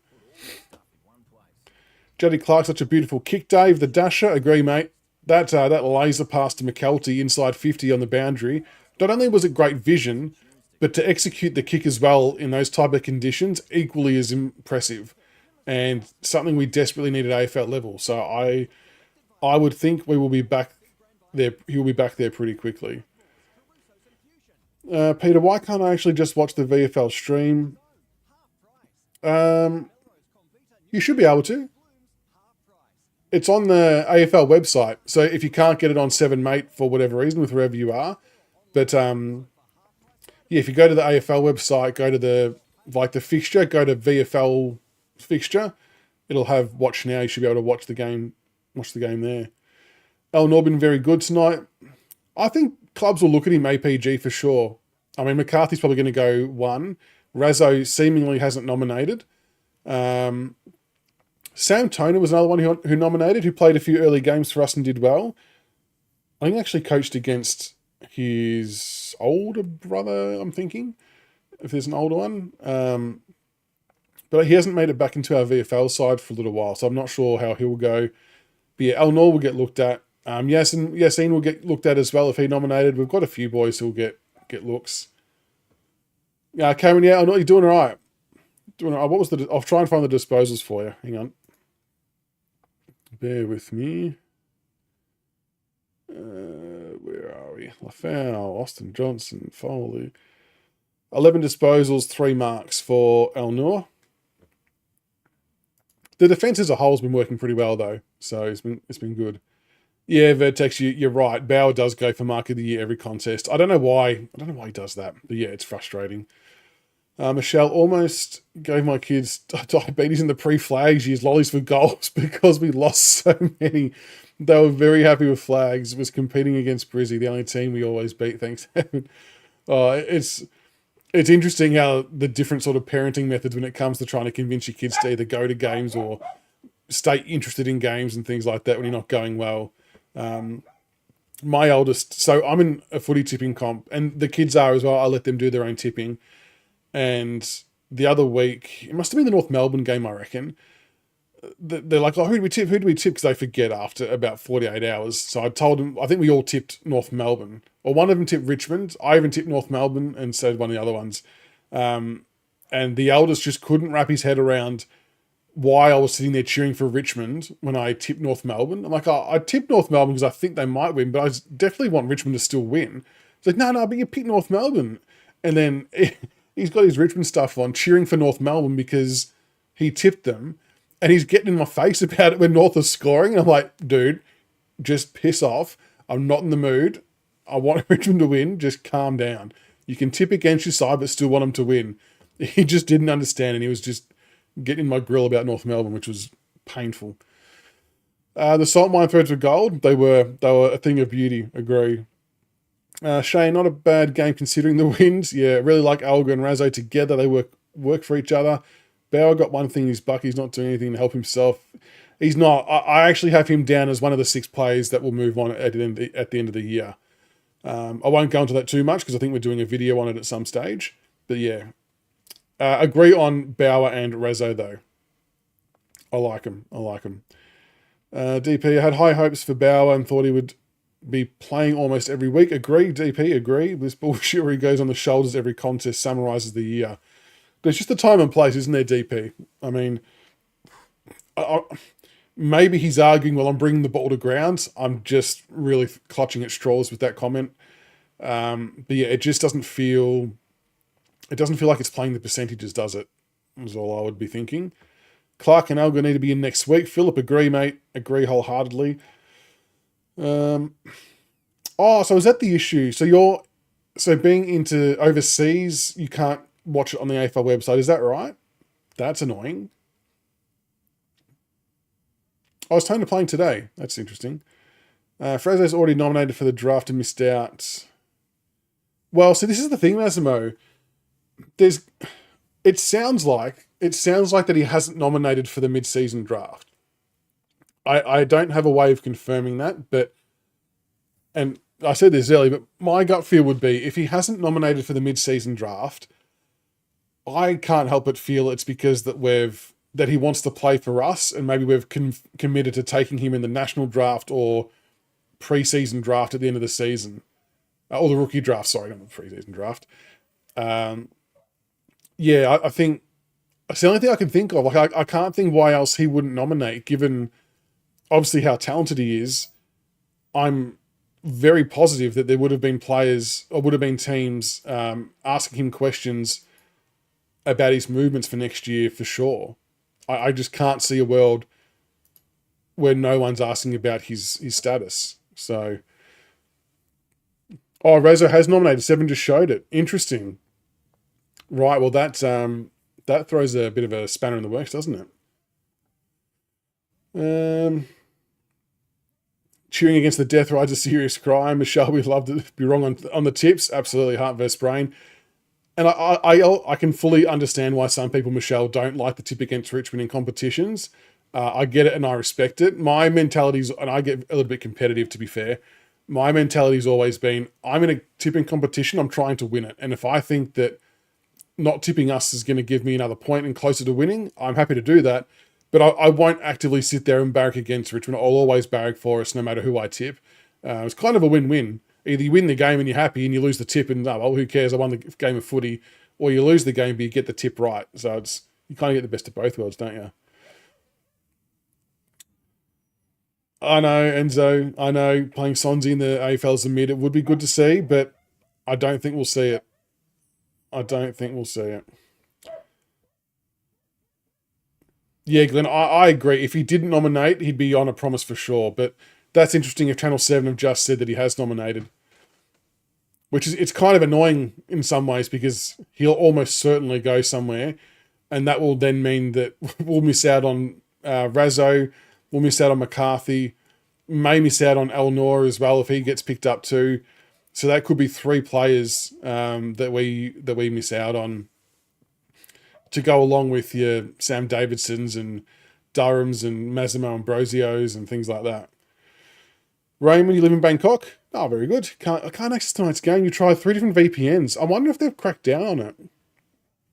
I don't know any other way around that then. I really thought that the AFL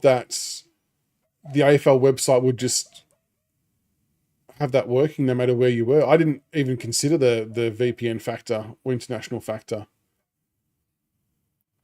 That makes me nervous when we're in Bali. I think we have to try and find a pub. I'm pretty sure we'll be in Bali somewhere around the Collingwood game, or maybe the one after. We're going to have to find a pub to watch the game at, because I don't trust having to try and watch it through a laptop or a phone. Oh, what's the Collingwood score? How are we going there?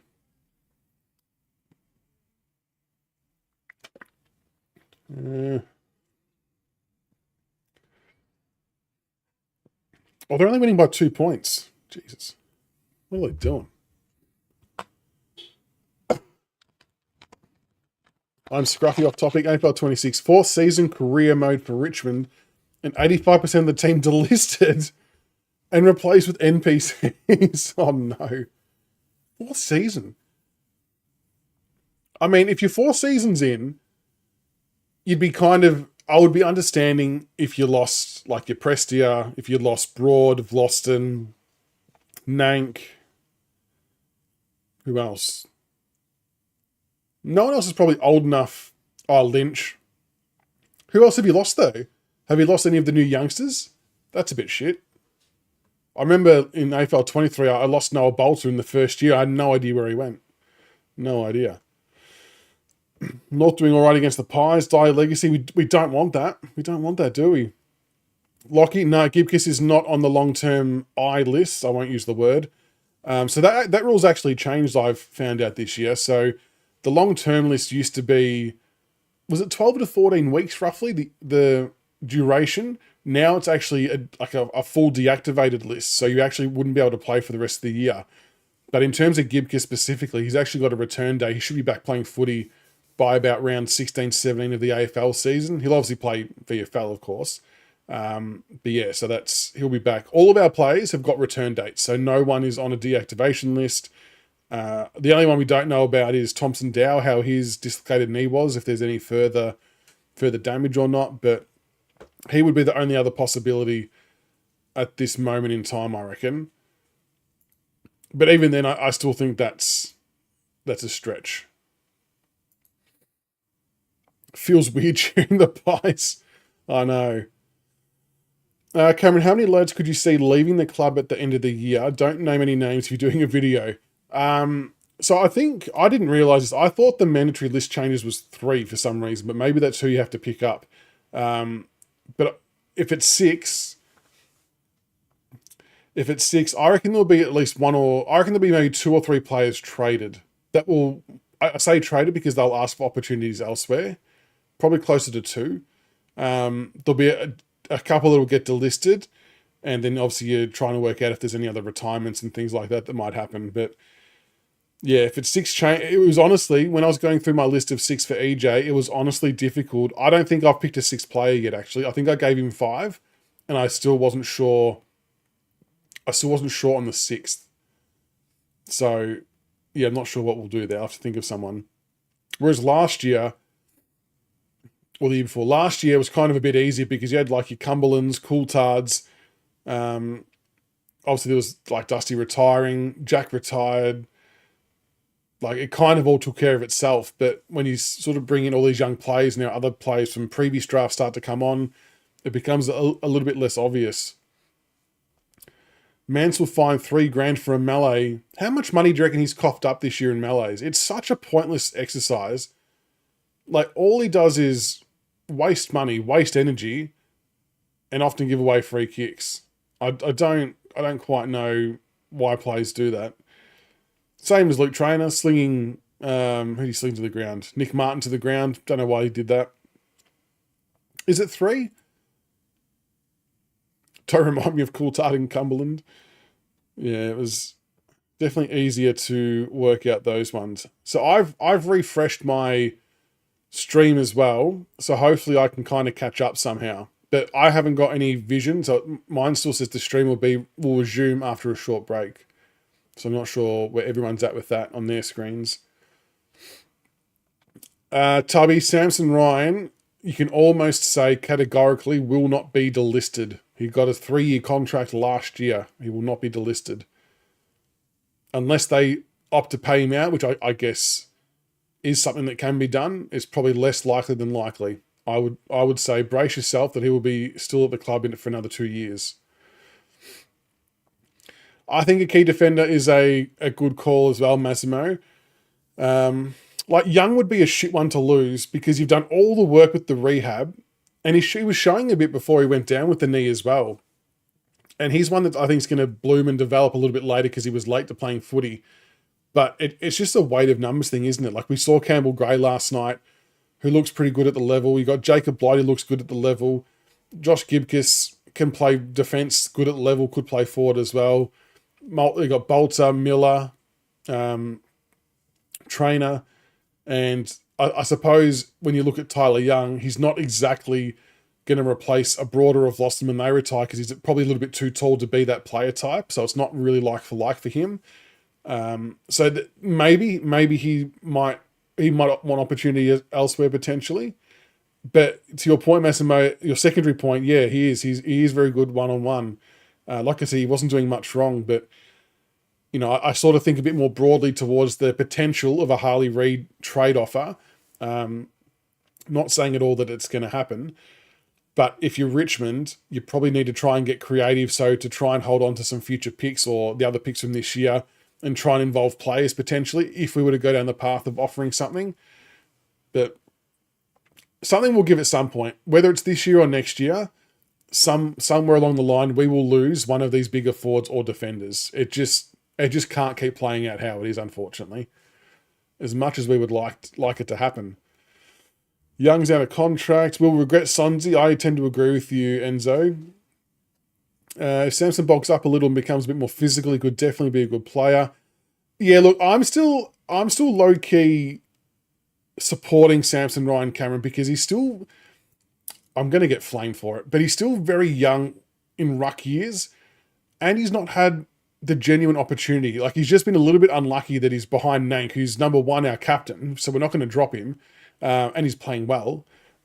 And yeah, it's all about getting opportunity, and you got to feel like you belong at the top level. Like, you'd love to be able to see what Samson Ryan would be like if he had 5 or 6 consecutive weeks playing the number one ruck, but then that would mean no Nank, which we don't want. So it's a bit of a catch-22. I don't know. I'm not prepared to put a line through him yet, but you still want to see. You want to see more, but he's got to get the opportunity to give more. And maybe I'm happy to admit that I'm maybe being a little bit showing some blind faith there as well. We won't pay a player out. Ooh. That was loud. Yeah, I don't think we'll pay a player out either. Ryan's safe. Yeah, I think Ryan is safe. Is Cozzy still contracted next year? I didn't know that. North 4 points up. God damn.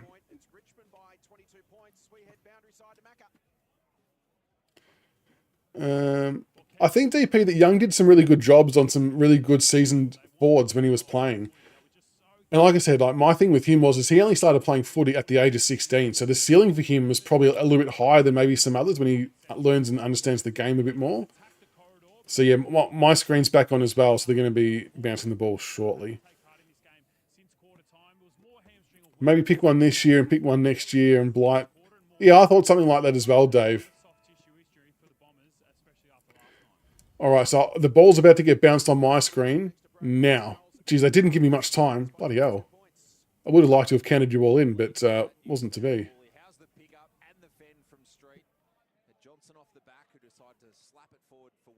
We're back on, though. War Scruffy, you want Cooper Duff Titler? See, the thing is, I don't necessarily disagree with getting Duff Titler. What I would say is, though, I hope the people who do want Duff Titler... Oh, I've only got it on 2.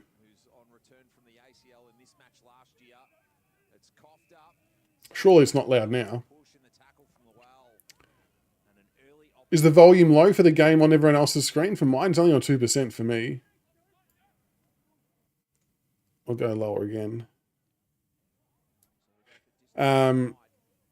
Yeah, so for those wanting Duff Titler, as long as people understand that Duff Titler wouldn't come into the club and be number one ruck straight away, like, you're still going to have to wait 3 or 4 years for him to grow into his body to be able to do it. Like, he'll be able to pinch it like what Sims is doing. But for me, Sims could end up being a potential number one ruck as well down the track. Yeah, unfortunately, there's always going to be a delay, Ben.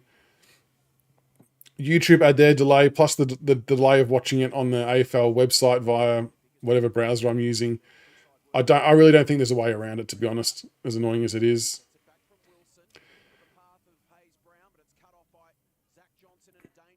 I think the Kalina experiment. Look, I'm happy to persevere with him. Obviously, we will for this year. It's a really tough one with Kalina because, like I said before, we heavily mismanaged his back injury last year, and he didn't get a chance to show what he could do. We didn't get a chance to see him, so I'm glad we held on this year. But will it go into next year? I don't know. Now that we've got Sims who can ruck, we've got Hayes Brown rucking. We've obviously got Fawcett who's doing some backup rucking as well at the moment. So it probably looks a bit more bleak from his perspective. But we'll have to wait and see. Do we try drafting a pure ruckman? I think Tubby Josh, and this is why I'm probably not so concerned about the ruck piece, because it's actually relatively easy, I think, to trade in for a ruck. Like you look at the circumstances on how we got Nank. We're able to pluck him out of Sydney as someone that they weren't using that we could utilise. And I think we would do the same again if we need to. If no one else has filled the void, I think we would then just pluck another ruckman out of, let's say, Gold Coast backup ruck or Hawthorn's backup ruck, whatever it might be. There'll be plenty out there for much of the same reasons as why Soldo left us to get opportunity at Port, which is admittingly backfired. But I think you can fill that void temporarily easier than other positions on the ground. So we can kind of do that while Sims and co develop into their bodies and get them ready to take over. But that's like on the assumption that Hayes Brown doesn't get himself into a spot where he can ruck, or Sims doesn't. Sims is obviously further away. Yeah, and you've still got Ryan at the moment for another 2 years as well to ruck if Nank's out. But now we want to see a big second half here. I still need Jasper Alger to kick another 2 goals to hit my prediction. Wouldn't mind Juddy Clark hitting a few more lasers, and Dion Prestia just needs to keep on keeping on with some clearances. North by 9 at half time. What is happening? Nate looked old against North, Peter. I think, look, that game, like we sort of said a few times, Tristan Xerri is an elite ruckman. Like he could be, I would happily argue that he could be the best ruckman in the competition. Max Gorn's obviously right up there as well. But that was a big game for Nank. I thought he did well, and Sherry probably came away with the win from a pure ruck perspective. But Nank didn't disgrace himself, but he was cooked. I'm actually not surprised he took the week off, just with how physical that contest was. But yeah, Juddy Clark, great kick again. Oh, we moved it quickly. Jasper Alger inside 50. I like that, though. I like the fact that Jasper actually turned and went and got it in quickly to one-on-ones instead of waiting 15 seconds and then kicking it to the same spot.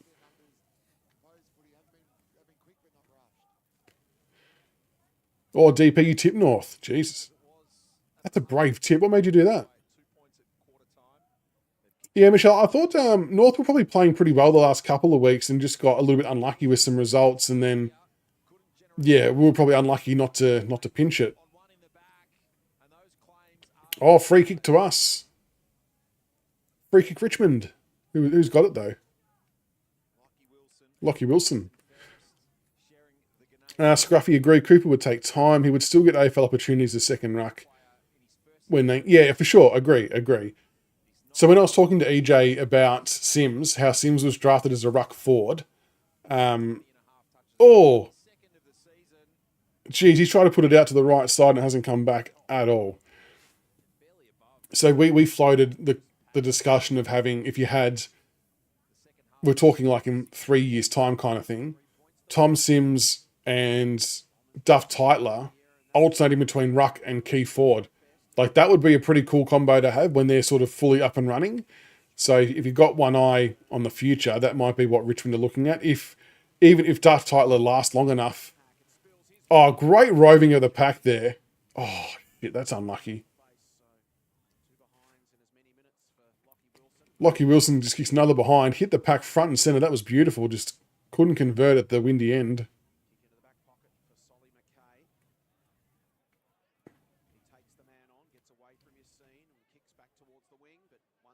Oh, Blight put that down.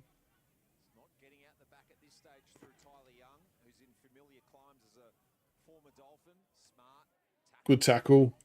That has to be holding the ball. Yeah, well done. Get it moving.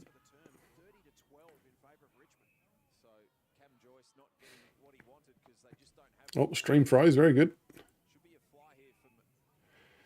The Die Legacy, how rare is it to get so many quality tools in a single draft? Timing's everything. Agree.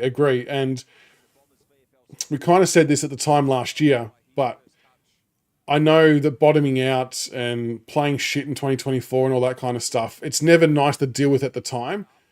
But if you were going to have to manually pick a point in time when to bottom out and when to lose all those players to get those draft picks, that was the year to do it. And I don't know, I don't know how much of it was foresight by us that we knew some of this and we planned. I don't know, but all we know is that it worked out really, really nicely.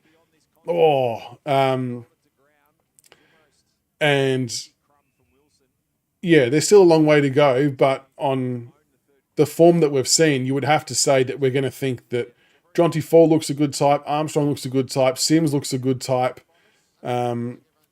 Who else was there that's a tall from that crop?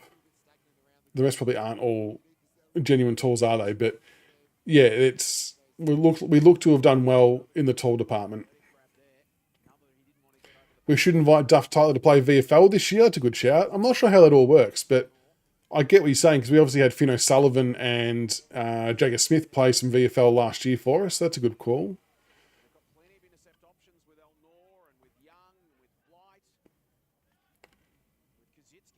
Yeah, so Duff Tyler can definitely play forward as well, Jones Racing. So you could have them alternating for sure. It would definitely work. It's just a bit of a slow burn for it to happen at a high level. I suppose the other catch is we still need Lynch in the forward line for the foreseeable future. Then it's how would you fit in a Duff, Tyler, Sims, Fall, Armstrong? Like, how do you work all of them into the same type of forward line? That then becomes the big questions. Oh, Sonzi, fancy footwork. Great kick inside 50 to the tap. That is going to be a shit spot. He's not going to have a shot. No, it's good. Great pass. Oh, Bowers put it down. Oh, Jasper. Oh, gets the handball.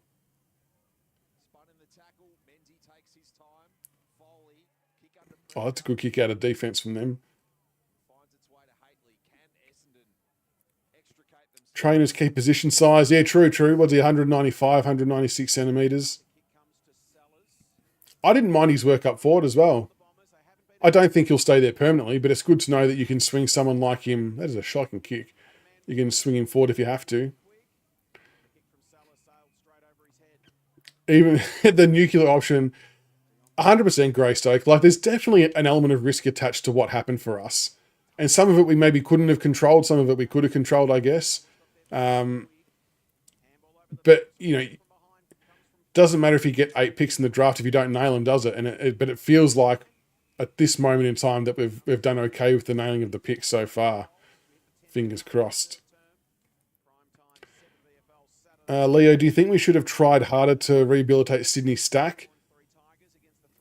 I feel like, knowing what the club's like, I feel like we would have done everything possible to help him out, and it was more about him wanting to help himself out.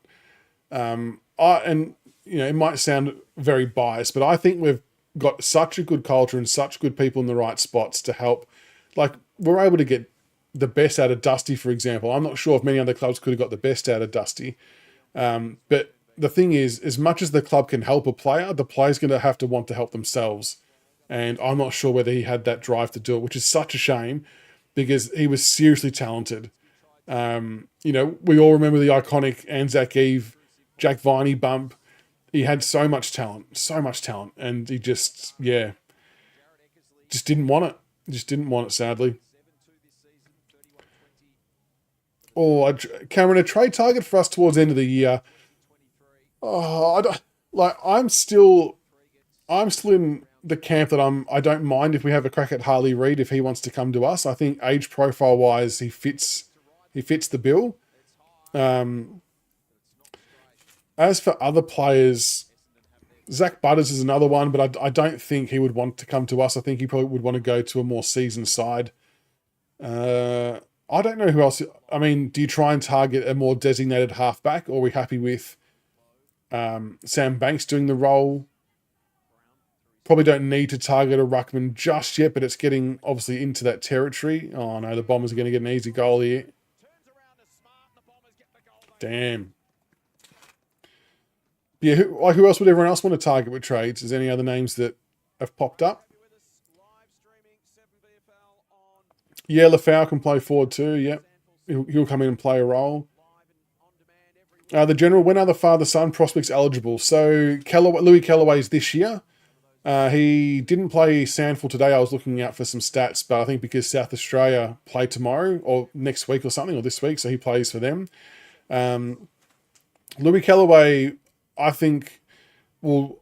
He's done some work at the club. I feel very confident we'll get him. I don't know what he will cost. I'm assuming it's going to be a third rounder, maybe into a second rounder, depending on how he goes. His form in the Sanford 18s has been pretty good. He had a pretty average first game, disposal wise, but the 5 or 6 games after that has been really, really good. Like racking up 25, 30 touches most weeks, using the ball really well. He had the Sanford under 18s versus under 20s game the other week. He wasn't a standout by any stretch. And it's games like that where you want him to stand out. So that was probably a little bit disappointing, but he's going to have a chance in the carnivals, the national champs, to hopefully do some good things on a big stage. Jack Leese, he's next year. He'll be a next year 2026 father-son prospect. He didn't play today either. I'm not actually sure why he didn't play though, because I don't think he's in the same game that Callaway's in. But he's playing more of a half-forward role at the moment for Woodville West Torrens. So last year in under-16s, he was their pretty much go-to starting centre midfielder. And he was doing very good there too. But this year, in his first year of under-18s, you kind of got to do your apprenticeship again. So he's now playing half-forward. Still doing really well. He's got good speed, good goal sense. Sometimes he kicks a couple. He puts a bit of height on the kicks, but I think it's by design. I think he's actually a clever user of the ball. And yeah, I think he'll push for a pretty decent looking pick next year. Archie Daffy's next year as well. So Nick Daffy, he sent me an email the other day sending me some footage of Archie's game for Geelong College. I'm just trying to work out how to get access to it because I need a bit of a login. So yeah, Nick Daffy's hooking me up with that, I think, so I can have a look at how Archie went. But he's playing for Geelong Falcons under 18s, which is good as well to be doing that as an underager. He's got some serious pace, Archie Daffy. So he's playing as a forward for the Falcons 18s, but I think in his main year he might be more of a midfielder potentially. So he'll be another one. And then obviously next year as well, when you look at NGA prospects, Tanner Armstrong is probably the one for us who, honestly, off the games I've seen, Tanner Armstrong could potentially be a top 15 pick at this stage. He's playing in the midfield for Murray Bushrangers most weeks and doing some really, really good things. And he played halfback the year before as well. So Tanner Armstrong will be a good one to look out for our NGA pick next year for 2026. And then there's the complete wild card of Cody Walker for next year as well, who is a father-son for Carlton, obviously. Sonsy's missed. And look, Cody Walker, it's a long shot to get him because of the father-son ties, but he's an exceptional talent, and I hope we don't give up on him. I hope we still try and get him across. So there's a bit of a rundown on our prospects in the coming years. We will have a shitload of salary cap space, Rob. That's a good point. And it's not only trades, it's also free agency too. I'm not at all suggesting that we're going off a Tom de Koning type money like what St Kilda are doing. But I feel like that we could clearly identify any player we wanted to target and do so without much issue from a cap perspective. And I've been on record plenty of times that Ed Richards was the one that I wanted, but he's obviously just signed with the Bulldogs. So that's a bit annoying. That's it, James Racing. If not standing out, they're a bit cheaper. And Grace, I don't know what their free kick was for. I could have sworn that guy got our players back. But anyway.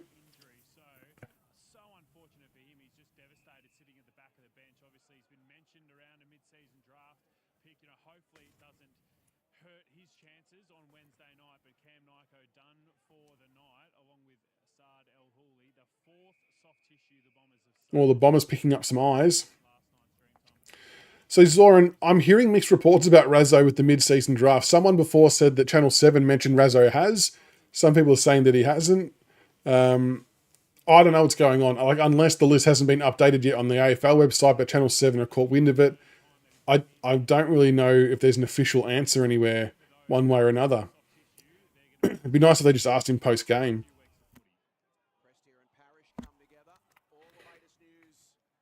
That's right, Leo. Shitloads of coin.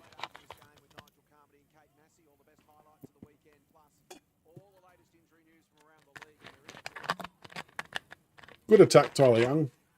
Shame he didn't mark it.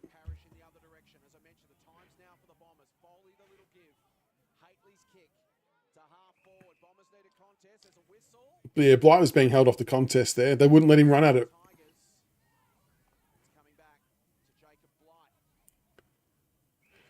Yeah, so he's not on the AFL website list or whatever, but yeah, as James Racing said, Channel 11, Channel 7 showed a list of 5 and Razzo and McCarthy were on it, so who knows? We'll find out soon enough, I guess.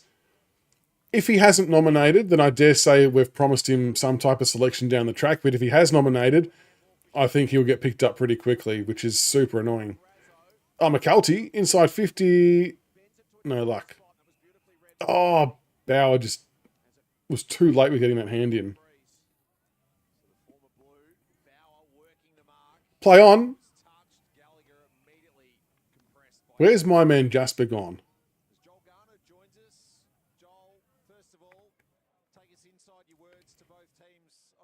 Yeah, Cap Sonzy doing all right. How you going out there, mate? You still, can you feel your fingers and toes? Or are they frozen off yet? Next to the Reese, we can see you there. I can see you in the background. The point of having so much coin is that we meet the minimum cap. Yeah, exactly right, Rob. And I remember people were floating the idea that the AFL were mentioning something about if you could buy draft picks in the future, like that would be a good way for us to spend money to buy. I have no idea how that would work. It sounds good on the surface though, doesn't it? If you could buy draft picks into the future. But yeah, we've got to pay the money to someone. And I think in a lot of ways, I know you want to reward your own players, but I think it can be sometimes a bit more detrimental if we're paying up big coin for unproven players now to then have to pay more in the future. You're almost better off going out and finding a quality player to pay them a relative sum of money to help improve your club. And then, yeah, hopefully that kind of flows on to other players. Good tackle, Cozzy. Has to be a throw. The Dyer legacy, don't tease me like that. Walker will be a Tiger. What makes you say that? Do you have any inside intel? Because the intel I keep hearing is that we do not think the race is done and dusted just yet. We think there's still hope. Your daughter's eyes frozen though, Cap. Oh gosh, poor thing. Need a hot chockey and a bucket of chips, I reckon. Have they got the canteen open there?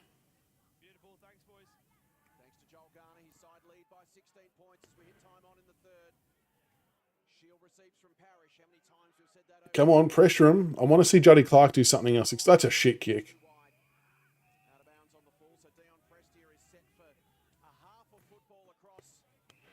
So Dion Prestia for a half of football across 3 quarters.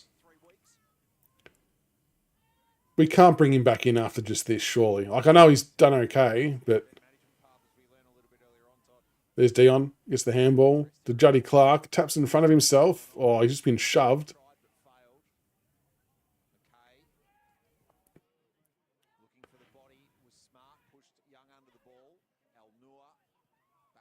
Oh, geez, Blight, that was a very risky kick.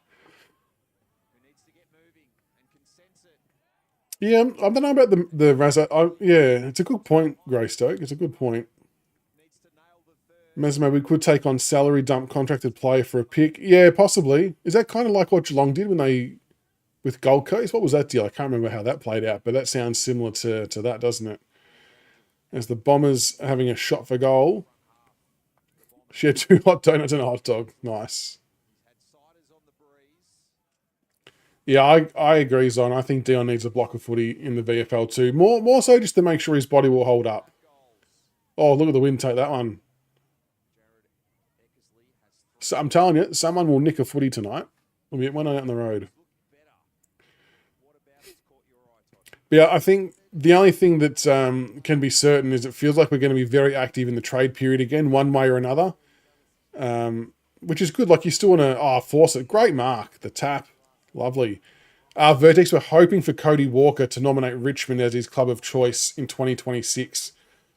He's an NGA Academy prospect, but he's also a father-son prospect for Carlton, and he's a potential top 5 pick.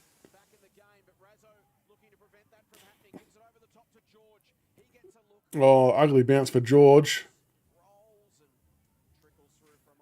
The mid-season draft's on Wednesday, Cameron. I don't know if it's a televised thing. If anything, there'll be something on the AFL website.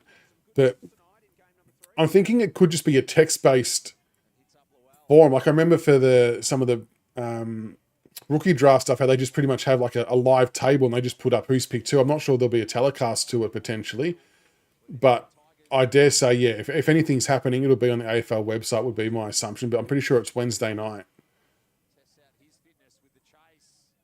Oh, Trezise, get rid of that, son. Not sure that was 15, but we'll take it.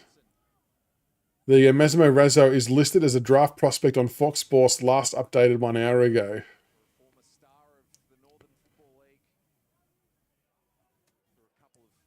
Oh, someone with a robe over the CB there. Has he got his robe on? Oh, McKelty. Oh, they've paid a push. Jesus, some soft umpiring. Wouldn't mind seeing McKelty lay another big bump and kick a goal.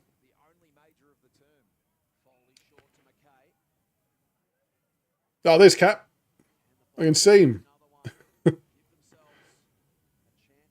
Another close-up shot of you, you and Vanessa, mate.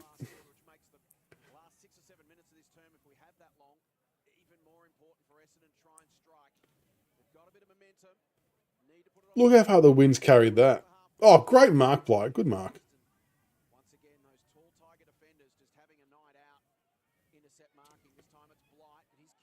Kick too far.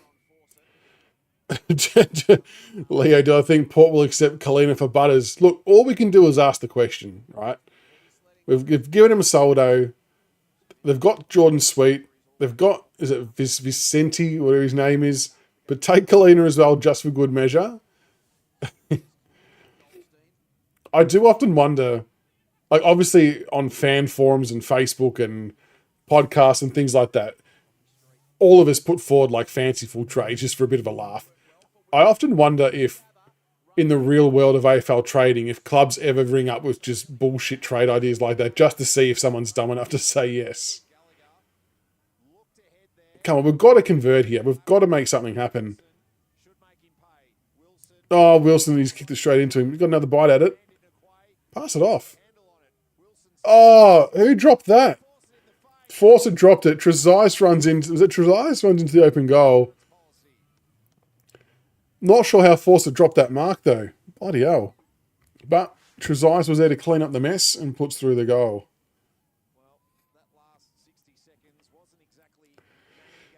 Package up Ryan. Just send all our ruckmen to Port Adelaide. Agrees on. I don't want to jinx this, but I agree with you wholeheartedly. Dire Legacy. Nothing concrete on Walker. Just know that his mind isn't made up and he likes the club. Richmond is a strong culture and the same can't be said for the Blues.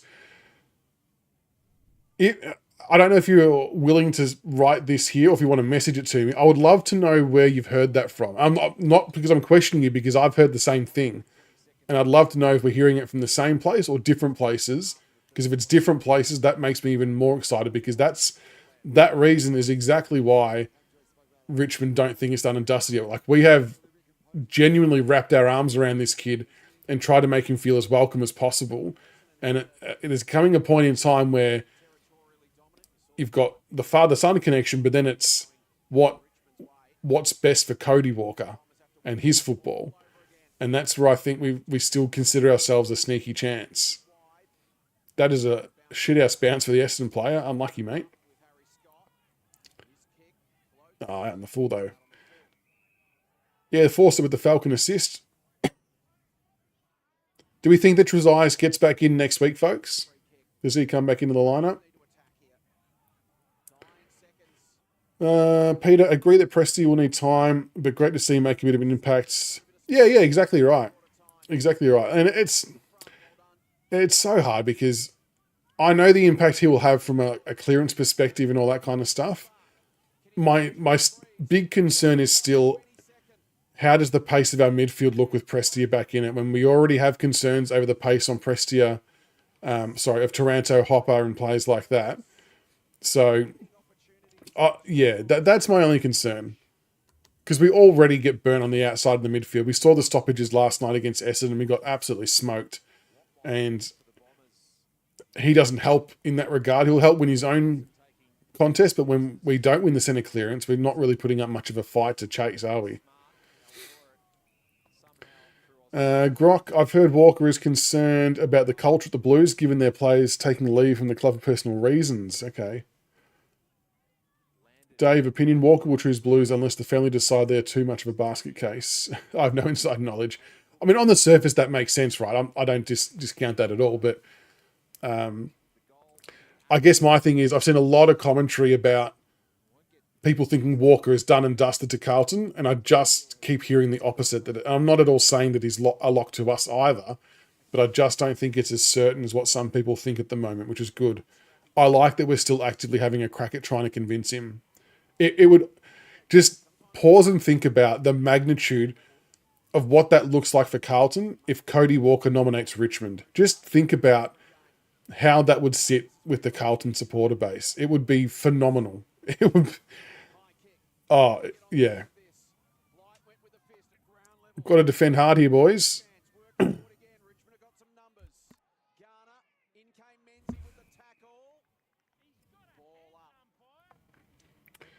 Pace is true, but Prestia is far cleaner than the other two in there. He does have good hands. He does. And like I said, Prestia winning his clearances, he'll win his fair share, which will obviously help us in some capacity. The concern for me is still when we don't win our clearances or stoppages and things like that, our ability to chase the opponent out, because opposition seem to just be able to stream forward inside 50 and get easy ball. So that's probably where my concern is. Stuff from you, Chocks for a tenny. Yeah, that's pretty much where it's at, James Racing. Or DP's giving us some changes here. Trezise, Lafau, Juddy, Elgar, Sonzi in. Smith, Lawler, Sims, Dow, Green out. No love for Nate coming back in. Lynch will be back in as well. Oh, 3/4 time. Oh, the melts would be unbelievable. I wouldn't know where to start. Massimo, it would be one of the greatest stitch-ups of all time if that happened. Yeah. And maybe I'm just kind of willing it into existence because I think that would be worth its weight in gold to see how it would play out. Agree, Rob. We need to use every trick in the book to get Walker. I didn't read the second part. Don't care if he can play, but the trolling of Carlton fan base would be worth it. You're doing it purely out of a spite and retribution standpoint, and I love it. I'm all here for it, Rob. I like it. Walker nominates Richmond. That's just poor. Exactly right, Vertex. Exactly right. I know, Grok. I mean, I'm thinking I blame EJ for what happened. Or maybe was it CB and I? Did we say it? I can't remember if we said it on the last night's show. All right, 3/4 time disposals. Tyler Sonzi, 26 disposals, 5 marks, 6 tackles, 3 clearances. Lockie Wilson, 21 disposals, 3 tackles, 2 marks, 1 clearance. Jacob Blight, third best disposal winner for us, 21 touches, 6 marks. Lockie Street, 18 disposals. Dion Prestia, up to 17 touches. He's had 3 marks, 1 tackle, 3 clearances. Again, though, like people have seen with the game, it's been his ability to get his teammates into a good position with some good handballs. Obviously got the goal as well. El North, 17 touches, 5 marks. Austin Johnson, 16 disposals. James Trezise, 14 disposals, got that goal before as well. 1 tackle. Juddy Clark. Now, I'm not sure if Juddy Clark was on the ground much that quarter. I didn't see him. I'd love to know if he maybe spent more time on the bench, knowing that Prestia was then going to spend more time on the bench as a bit of a management thing. But he had 14 touches so far. I don't think he troubled the stat line that quarter. 6 marks.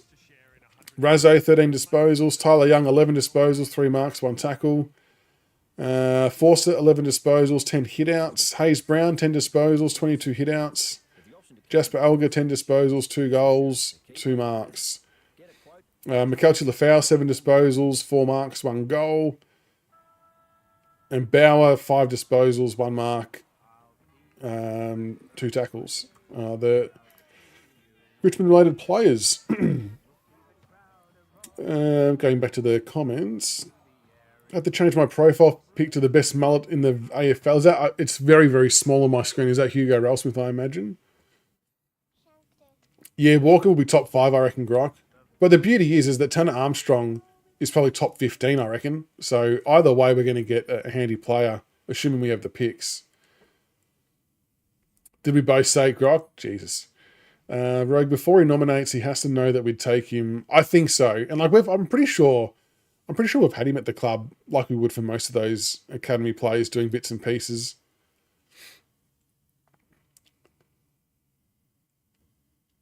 Where are the pitchforks? That meme, Grok. Mentioned the word twice. Yeah, agrees on. Bauer has been a bit average, hasn't he, the last couple of weeks? It's a bit disheartening, isn't it? Like, he had his chances early in the season to make an impact, but just didn't take the opportunity. And you'd kind of want him to go back to the VFL and work on it and get himself back into form, but it's kind of gone the other way, which is interesting. Yeah, Jack Lee. So I don't think he was picked for SA champs this year, was he? So he'll just be purely for next year. But yeah, it'll be interesting. If Walker picks Tigers, it would be a nightmare, absolutely, for the Blues. They will do everything to get him, as they should. But that's right, he's going to do what's best for himself. Like, maybe he's going to get more development and more games into him earlier with us than he would at Carlton. I'm sure they would play him at some point. But yeah, it would be huge. It would be huge. Bring in Slonzy, give him a run in the midfield. I'd be happy for it, Tubby. I'd be happy for it. Push Taranto forward. And that's the thing, like, you look at last night's game, and we've said all along that I don't mind playing Taranto and Hopper and Jack Ross, Dow, McIntosh, whoever, in the midfield at the start when the game's obviously not done and dusted. It's in the balance, and if it's working for us, great. But when the game gets kind of beyond you, and we weren't blown away, were we? So it's maybe a little bit different. But when the game feels out of reach, that's when I think we need to mix it up. Like, that's when I don't understand when Essendon are going on a big run, getting clearance after clearance, and we're very stagnant in the middle and the stoppages. Why aren't we then chucking someone else in there to mix it up and give us a bit of a different look? That's probably the part that annoys me the most, just our lack of being able to do that. Like, I don't quite... There might be a very valid reason why we don't do it. But yeah, I just haven't got my head around that one. We do have a good culture. I agree, Dire Legacy. Tom Brown, whose dad comes in and hangs out with the boys. That's cool. I like that. Agree. McAuliffe's got to stay in for as long as possible. I agree. I think he's looking really good. No, I really like what McAuliffe's done the last couple of weeks. And again, we see him run out the game. So he's looking... the question marks are on his fitness, and I can get it because he wasn't running out games at AFL level. I reckon last night was probably the first time that we probably saw that he was. Just needs that goal, doesn't he, folks? Needs the goal. Oh, GM, I hadn't actually considered that. Well, it wouldn't be next year, it'd be the following year, because I think Walker's for 2026. But I get your point. The round one clash. And you'd almost... You wouldn't even care where he was development-wise. I'd play him. I'd play him for the laughs. Straight in the guts. No fucks given. Just straight in the middle, and just... That would be unbelievably funny. Unbelievably funny. Now I want it to happen even more. Now I'm going to be even more disappointed when he picks Carlton. God damn it. Prestia's on for this quarter still. Hopefully Juddy Clark's out there as well. Last quarter, folks. Here we go. We've got the wind. Oh, Prestia was probably held off the ball there. There we go. Free kick. I'm backing McAuliffe to be locked into our midfield by end of season, if he's not already. I'm backing him in. He adds a point of difference being a left footer too, which I like. Prestia goes inside 50 with a monster kick. Jasper, I need 2 goals from your son.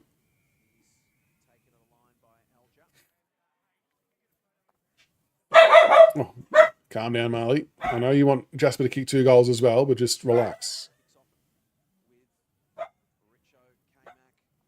What does everyone think about the prospect of sponsoring a player next year? Like, would people be prepared to jump on board and do the big footy model, having, if you want to do a share of 50, like it's either $50 or $100, and you get two chances to go into draws to go to the player function nights and things like that? Would people be keen to do a player sponsorship thing as a podcast?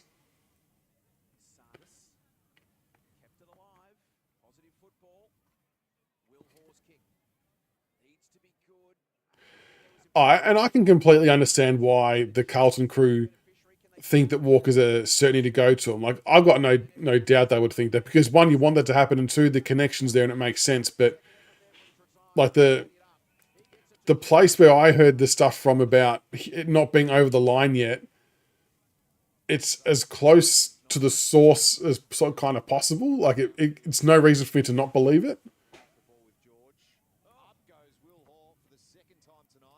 Oh, Dion. Oh, it wasn't clean there.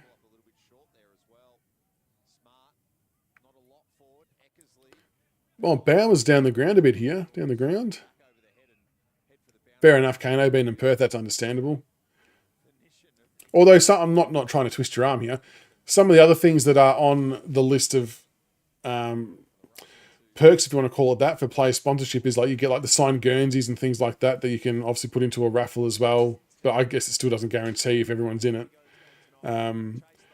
What I loved during the COVID, not that I loved COVID, but during then, instead of having like the proper get-togethers, they would do like Zoom meetings where they would show you like Dimmer talking about what's happening for that week with the game and the planning going into it.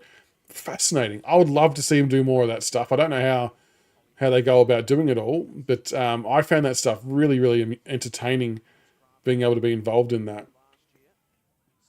Yeah, I think it still has that stuff, Kane. I probably shouldn't say that categorically, but the last time I was involved helping run it for the Big Footy Board, we got like a Nankervis signed Guernsey, a Basher Hooley signed Guernsey. I think we had Taylor Stahl in the AFLW, and Hannah Birchall might have been the other one. No, was it Hannah Birchall? Can't remember who the other player was in the AFLW that we sponsored. But yeah, we got their signed Guernseys, and you do a raffle and you send out the Guernsey to whoever wins it. The cocktail nights, yeah. I went to I went to lawn bowls once, to the lawn bowls, which was good. G'day, Zach. AFL 26, there was a big update the other day. I'm still having some issues on Pro Team. Like, every time I've played online, I played a couple of online games yesterday or the day before, and it didn't freeze, but either I got booted or the opponent got booted after a couple of goals. So one of the games I was given the win because I was in front by a goal or two, so yay. But then another game I was winning, and it actually gave me the forfeit loss, which was annoying.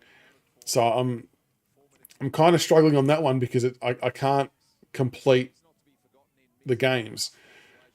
But yeah, gameplay wise, it's still ahead of 23, which is good. But it's just trying to find the time to be able to play as well. Everything's very, very busy.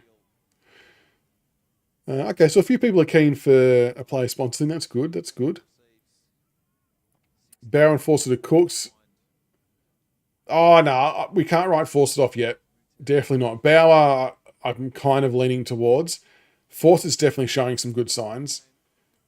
He's still finding his feet as well, doing some ruck work as well, which has been nice. Do I see Hooley and Banks? Maybe like a blend of Hooley and peak Jaden Short, I guess, with the run and carry and wrapping around for getting handball receives.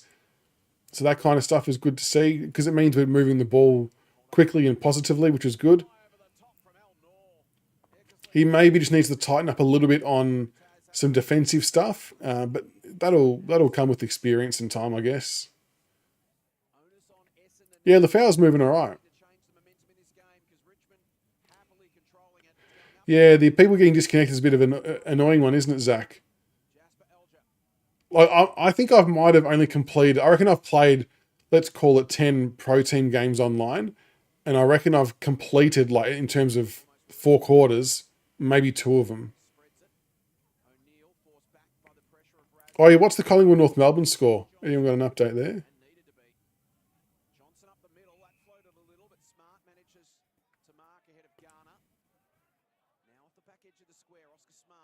Oh, Jesus. Trezise just almost cleaned him up. Got to chase, Trezise. Got to chase. Oh, Jacob Blight with the attack on the footy. Lovely work. Lovely work.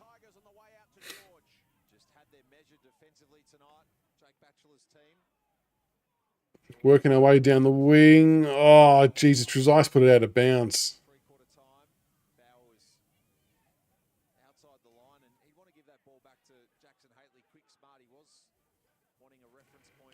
Gee, I tell you what, Bow was lucky not to give away 50 metres then.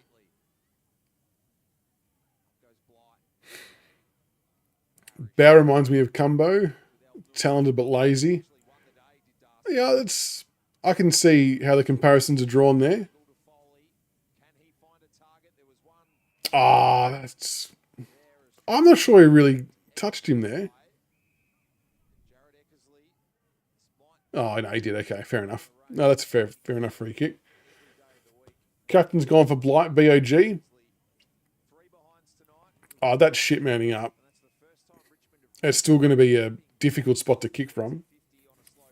North are leading 55 to 54. Any danger of us manning up the people on short leads? Grok says, sponsorship perks, signed merchandise piece, digital copy of photo with player, one invitation to casual Richmond event, one invite to player-sponsored dining experience. Yeah, okay. Is that the same as most years, or has that gotten less or more? That seems about right, doesn't it?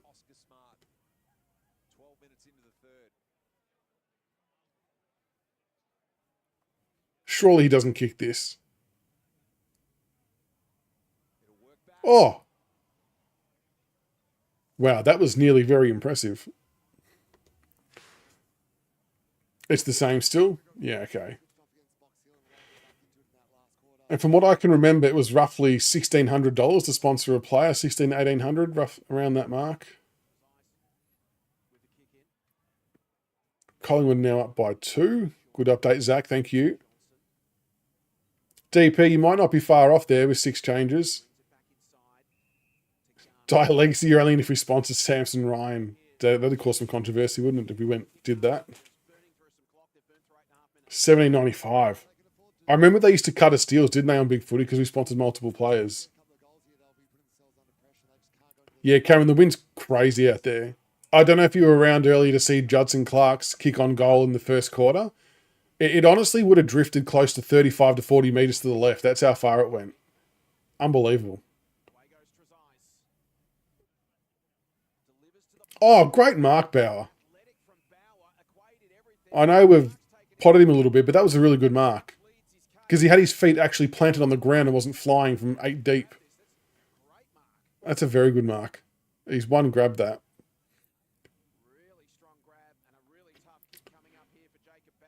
Yeah, I think it was those 3.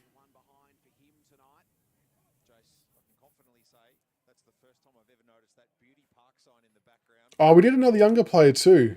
It was a guy that I was talking to at Lawn Bowls, and I can't remember who it was. Ah, Bowers missed. Who was it? I keep thinking Corey Ellis, but I know it wasn't him. Only joined half time. Yeah, I don't know whether they'll show it anywhere at all, Cameron. They maybe somewhere on Twitter they might have shown it because it was hilarious, but he was about 40 meters out, and it genuinely went about 35 meters to the left. That's how strong the wind was. It was unbelievable. Bring back Dean Putt. Luke English was the one. Luke English. That's the other one we sponsored. That's who I met at the night. Juddy Clark. Oh, he didn't really handball at the kid. Bang! Goal, Wilson. He deserved one. He's had a couple of shots and missed, so good to see him get one there. Nice little lead we've created here for the last quarter.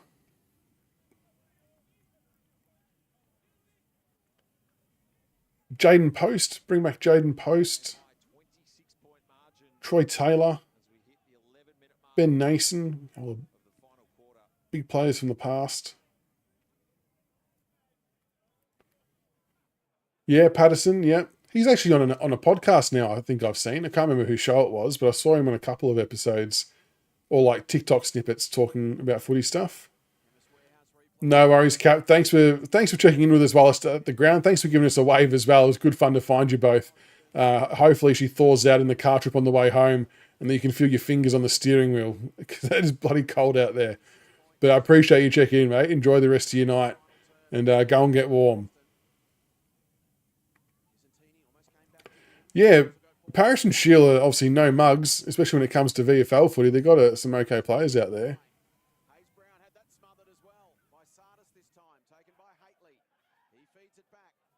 Bring back Relton Roberts.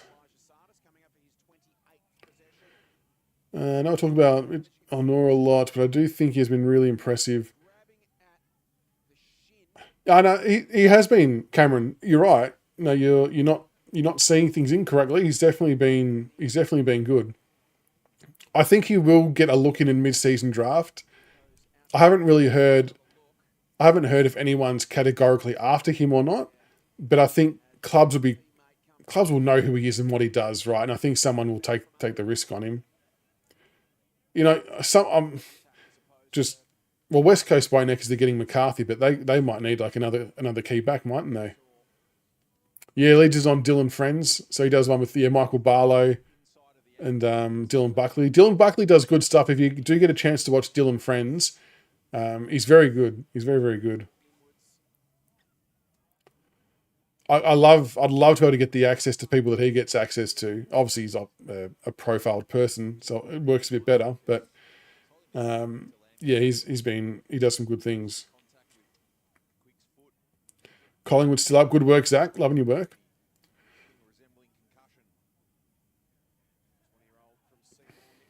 I flipped him because I don't know. I just didn't like him looking the other way, looking away from the score. That was the only reason. Not to mention, it's not a very clear graphic to be said. I was kind of pushed for time, and I didn't find a high definition picture, unfortunately. Hey, Black Crow, how are you, mate? Yeah, his Uze one was good. Even his Sam Mitchell one was good too. Yeah, he does some good things still.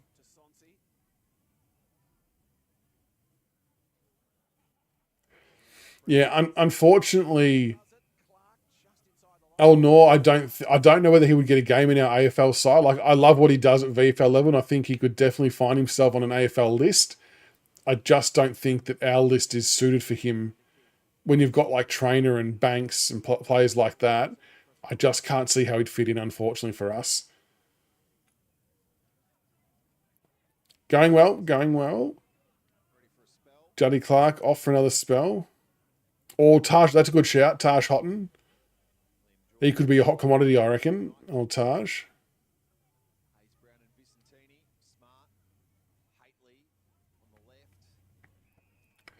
Zach, I was lucky enough in my manager mode to get Cameron Bond and Sam Draper to the Hawks as trades. Jesus. That's a stacked side.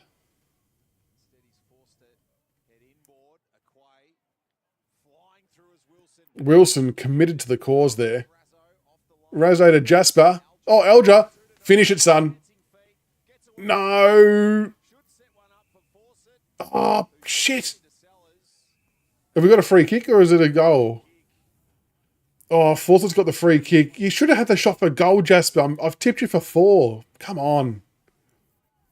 No, he did well there, though. Like, he's done the right thing that hit his teammate. I'm just being extremely selfish with my commentary wanting him to kick 4. Oh, geez, he's done his very best to miss that. Very good from the tap. Good pass by my man, Jasper. Oh, it's a tough question, Black Crow. Who's been best on ground? What does everyone else think? Who's been best on ground, do people reckon? Probably Jacob Blight. Jacob Blight's been pretty good down back. He's dropped a couple of marks. It's very, very windy, but he's been pretty rock solid down there and had some pretty good counter-attacking plays. Who else has been good? Elnor's been good. Razzo was good early days. Jody Clark was good early days. I think if we're talking about consistency across four quarters, I reckon Jacob Blight is best on ground. Sonzy, yeah, Sonzy's been alright too. Where is he though? I can't see where Sonzy is.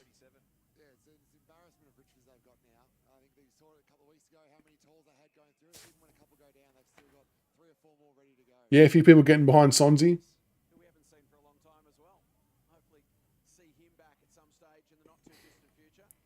Yeah, Troy Taylor did have heaps of talent, didn't he? Just, I suppose it was just the mental application. Like, just didn't want it. Just some kids want it, some kids don't, I guess. Leo says or asks, how do you think we deal with Toby Green and Jesse Hogan without Bolter? Or are we stuffed? I think the latter. Yeah, it's a good question. Jesse Hogan had obviously a really good year last year and has seemed very potent again this year, hasn't he? Miller's going to have his work cut out for him. Campbell Gray, I think, does okay as well. And it's like, I don't know, does someone like a Jacob Blight get a look in? We might be too top heavy, but in terms of Toby Green, who would you put on Toby Green? Is that like a Nathan Broad job or a Nick Vlaston job, or is he too crafty for them? Great swat away from Elnor then. Like, you'd love to see someone like a Luke Trainer have a go as well, but you don't want to throw the kid to the wolves either. You make it, because how many did Toby Green kick today? What worries me more is the Giants midfield. Like, Tom Green is going to destroy us. Good mark from Jacob Bauer again. He's actually done some nice things this quarter, to be fair. Great kick as well. McKelty Lafau hits out in front of himself. Will it sit for him? It doesn't have to. Oh, he socketed it in inadvertently by accident. What a goal. He did not mean that whatsoever. He was trying to kick it up to himself, and it's gone in. We'll take that, though, McKelty. Well done. But full credit to Jacob Bauer there for marking it and actually moving it quickly. Campbell Gray on Toby, says Black Crow. Now, Nor's been pretty good. Yeah, Voston or Broad scares me on Toby Green. Just, I don't know. Zach, I don't... do I think we should target Harley Reid when he's a free agent? Oh, hang on.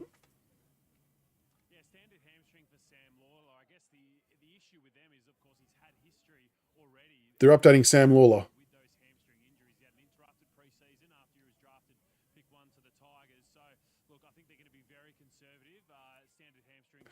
Oh, that's going to be conservative. So we learnt nothing new there. Entirely planned, just ask him. Toby Green, 30 disposals, 3 goals. Jesus, no, 3 goals. Yeah, Massimo, I think one of our biggest weaknesses is when teams have good small forwards. I think they can torture us a bit, kind of like what happened with Hawthorn. Just like, as much as I love what Broad and Vlaston offer for us, they're obviously just a little bit older, a little bit slower, and on those genuine, really nippy small forwards can get kind of found out a bit, can't they? Oh, that's a good defensive mark. Put Mansell on Green so you can get the most weeks. Yeah, Dave, I think it's going to be at least 3. We've obviously got the bye coming up in round 14, so he'll miss the first 2 games and then he'll have the bye. Maybe we see him after that, or maybe they go even more conservative. It's annoying because you want to get game time into him, but you still, like you said, it's a long play. You got to keep an eye on the future as well and make sure we do the right thing.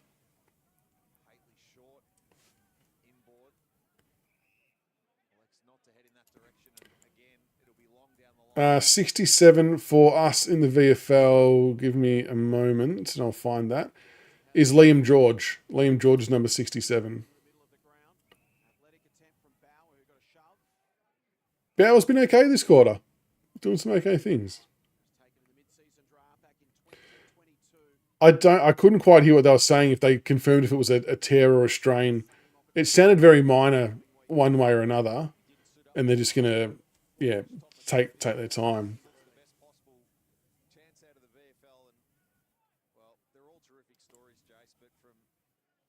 Oh, Jasper might get done there. He's dragged that in.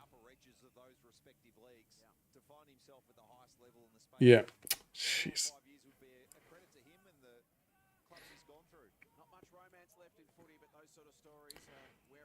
Yeah, we're not doing too bad. Oh, that's a... Jeez, that was a lucky kick. It looked horrible off the boot. Okay, so minor hamstring strain. So you'd rather a strain than a tear. So that's not too bad. Is that kind of the equivalent to awareness, hamstring awareness? Is that what we used to call it? Geez, we should not have turned it over there. Oh, yeah, same with the chase. Jesus, that was close.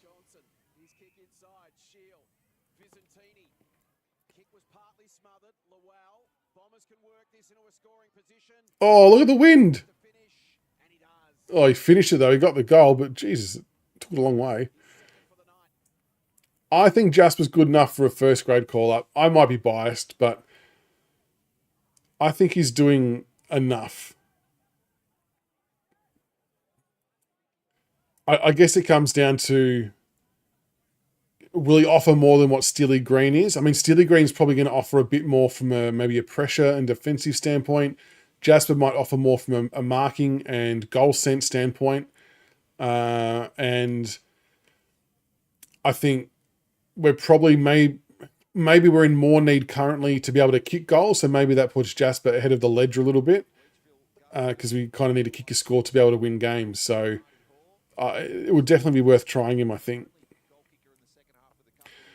Melanie, so who do we think is a genuine chance to come into consideration for next week?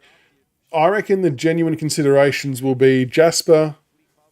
Sonzi will be another consideration. Jacob Blight would be a consideration depending on matchups. Obviously, Tom Lynch will come back. Nankervis will come back. Trezise will be another consideration on today. Lafau's probably a week or so away. Judson Clark will come into calculation really soon, whether it's this week or next week. He's had, just because of his skill level and his footy IQ is so good.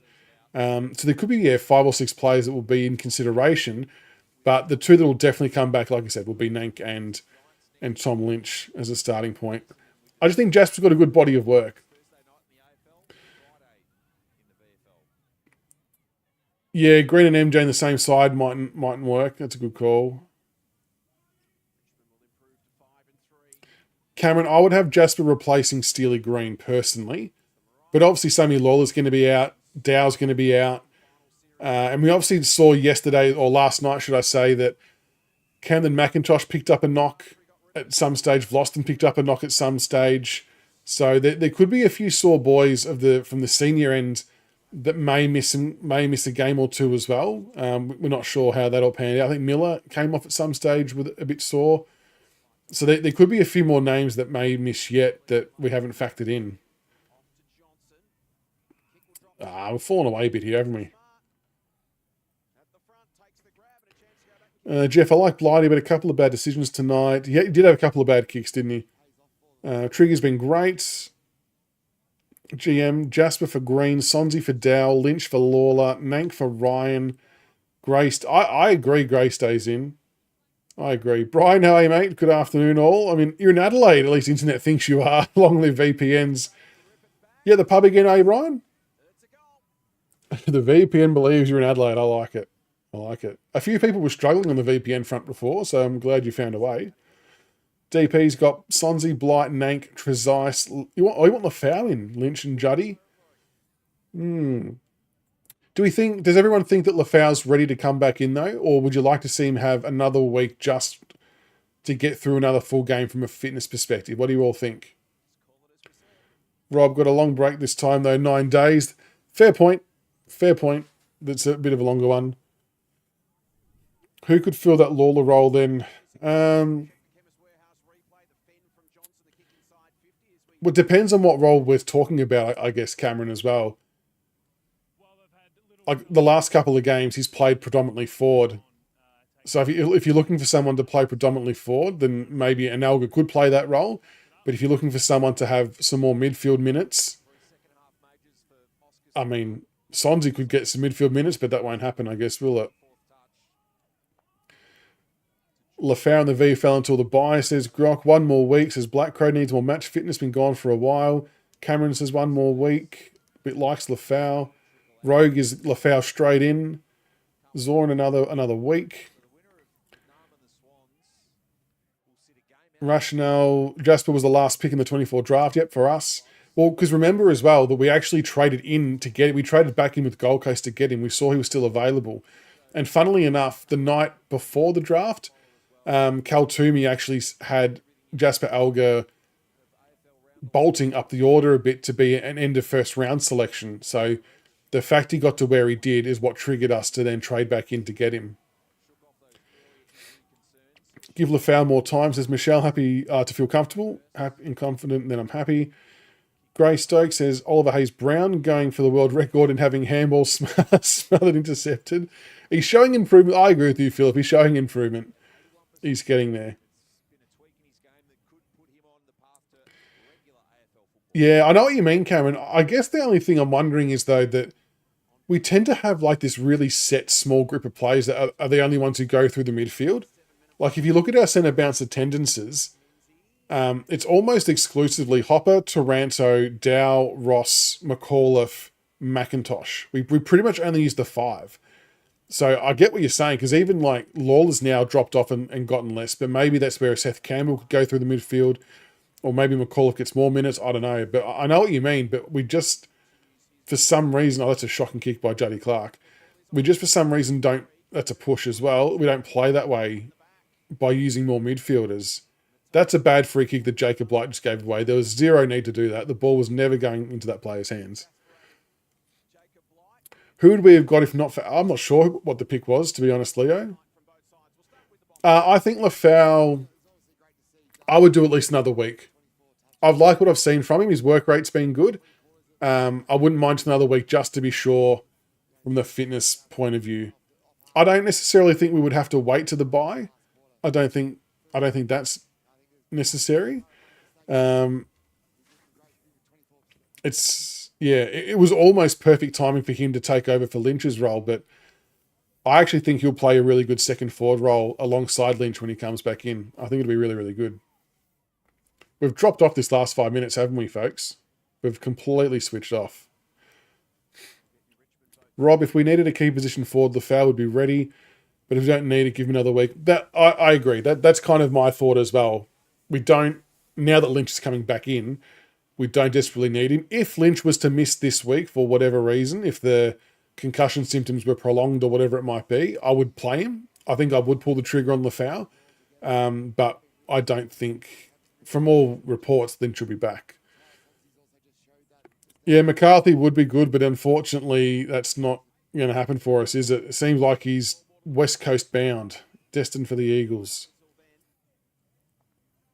Yeah, Hugo got torched, didn't he, by that guy on debut, which was a bit disappointing. We didn't really adjust to it, did we?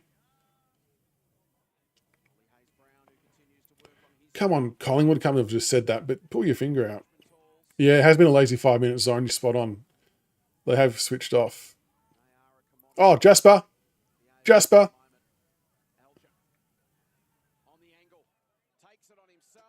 Did he get it? Yeah, my man. 3. Oh, he's missed. I got on the early crow. The commentator said he got it. I look like a dick now. Shit. I thought he had the goal. Oh, he's stuck on 2. And I've gone the early celebration, look like a complete knobhead. What an unfortunate series of events that was. Damn. I know. Oh, good tackle. Oh. Nor coming off his man nicely there. Good pass. Jesse, I'm all for Jasper getting his debut next week. I was all for it the last 3 weeks as well, but it hasn't happened. But let's make it happen.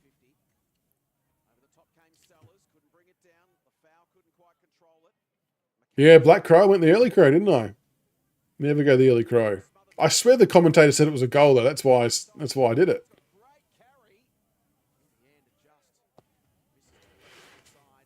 They won't risk injury for Lafau. Will depend on training load. Yeah, I still think about a week. Croc says, my thoughts with the bye. If he comes in for the Sydney game, he's in for one game, and then we have the bye. Just give him the extra week in the VFL, then bring him in after the bye. I can definitely see the logic there as well.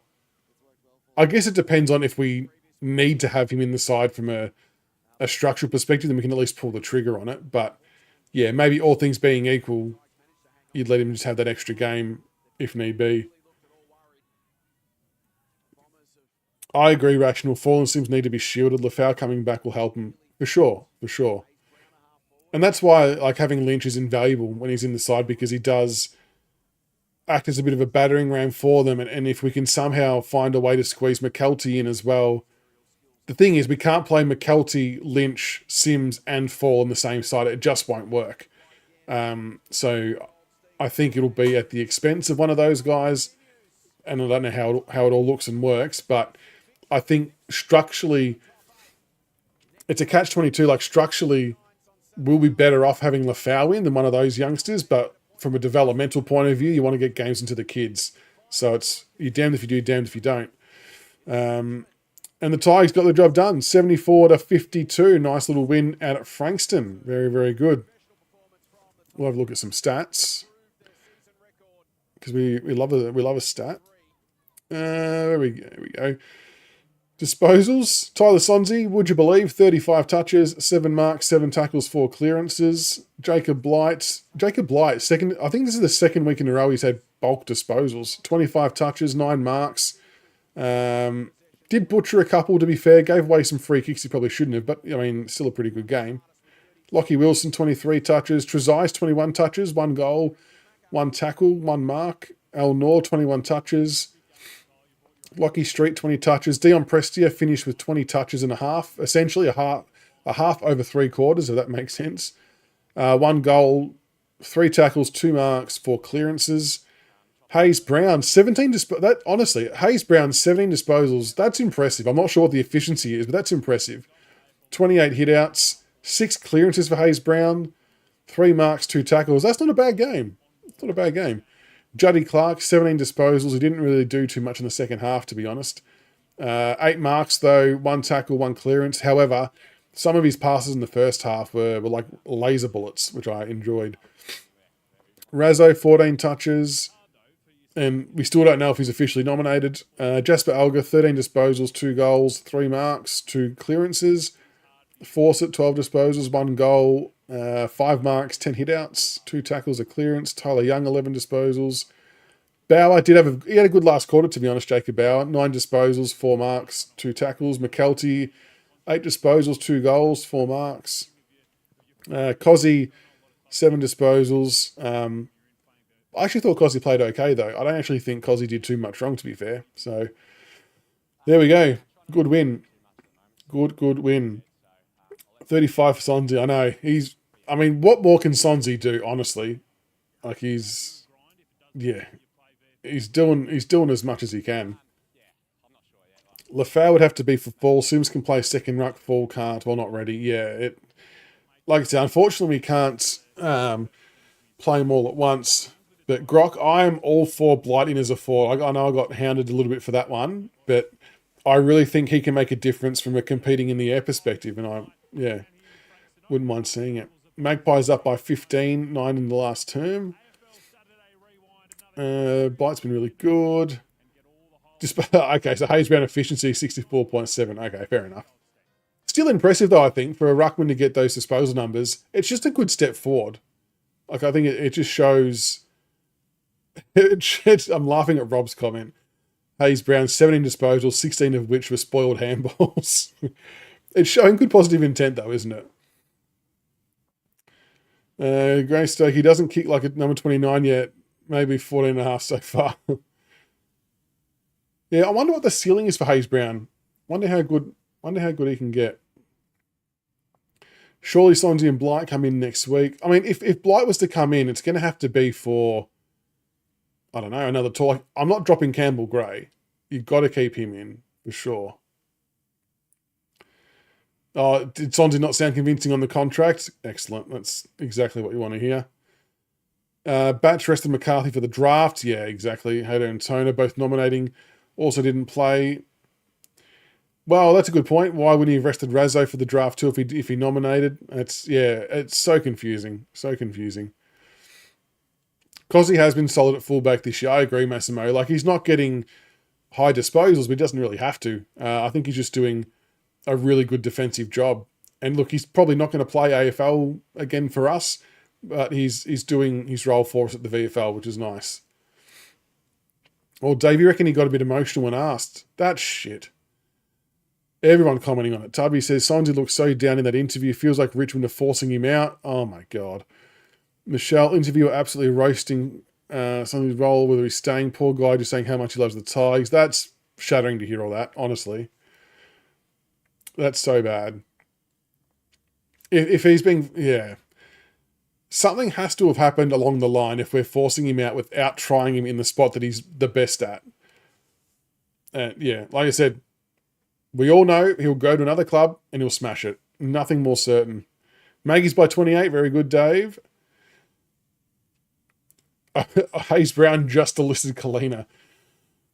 Well, it's probably not Hayes Brown. It's probably more if Fawcett can be effective in the ruck. I guess if you're able to play Hayes Brown and then Fawcett rucking, you probably then gain some leg speed by not having to play Kalina, I suppose, don't you? Because you get another runner out there. I know, Enzo. I'm with you, mate. I'm with you that Sonzy is exactly what we need in the midfield. His kicking is elite. Yeah, I don't know how many other ways we can all try and say. As supporters, it feels like we're all on the same page with this. There's just... I would love to know if an interviewer has actually directly grilled or asked Uze about this in a presser. They probably haven't. It's probably not on their radar. But I would love to know the rationale on why this hasn't happened yet. No worries, Kano. Thanks for stopping by, mate. Appreciate your love and support as always. We'll be back on Monday night for our weekly live show. Yeah, Elnor, I thought had a good game. I think he'll get looked at if he nominated for mid-season draft. I think he will get looked at by a few teams. Unfortunately, I don't think he fits our list demographic just with the amount of defenders we've got. But there'll be someone out there that will need a play like Elnor for sure. I do definitely think that.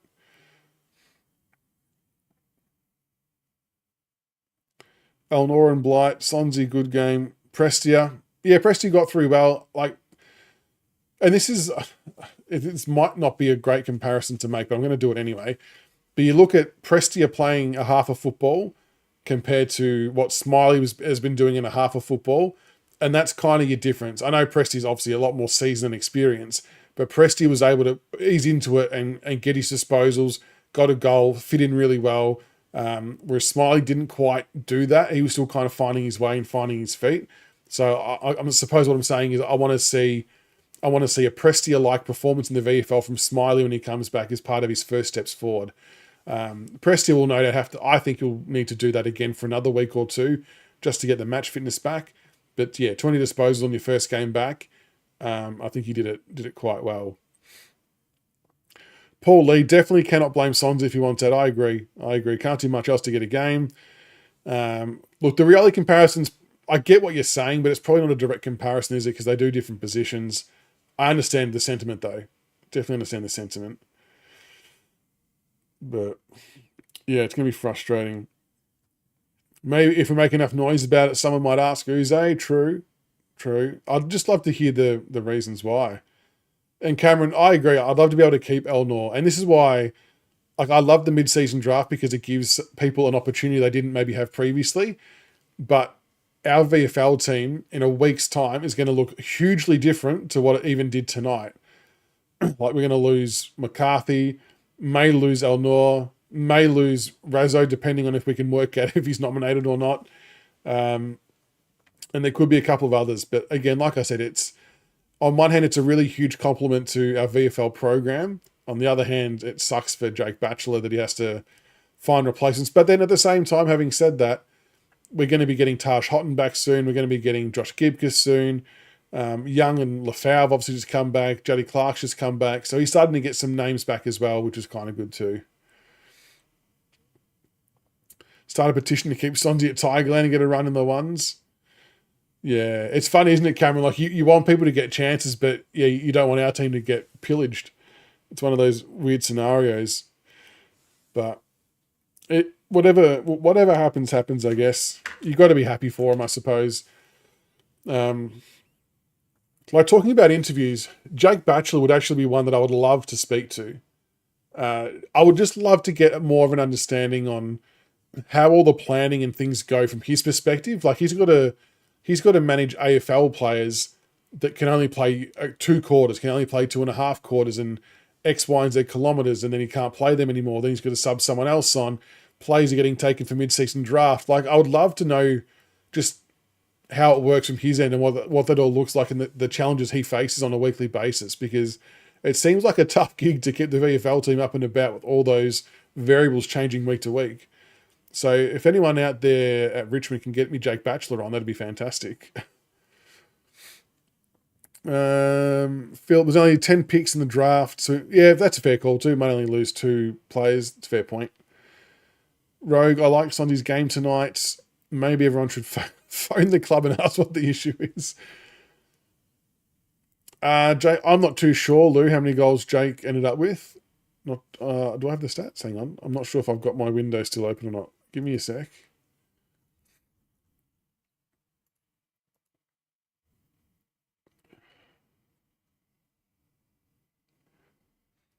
Who does he play for?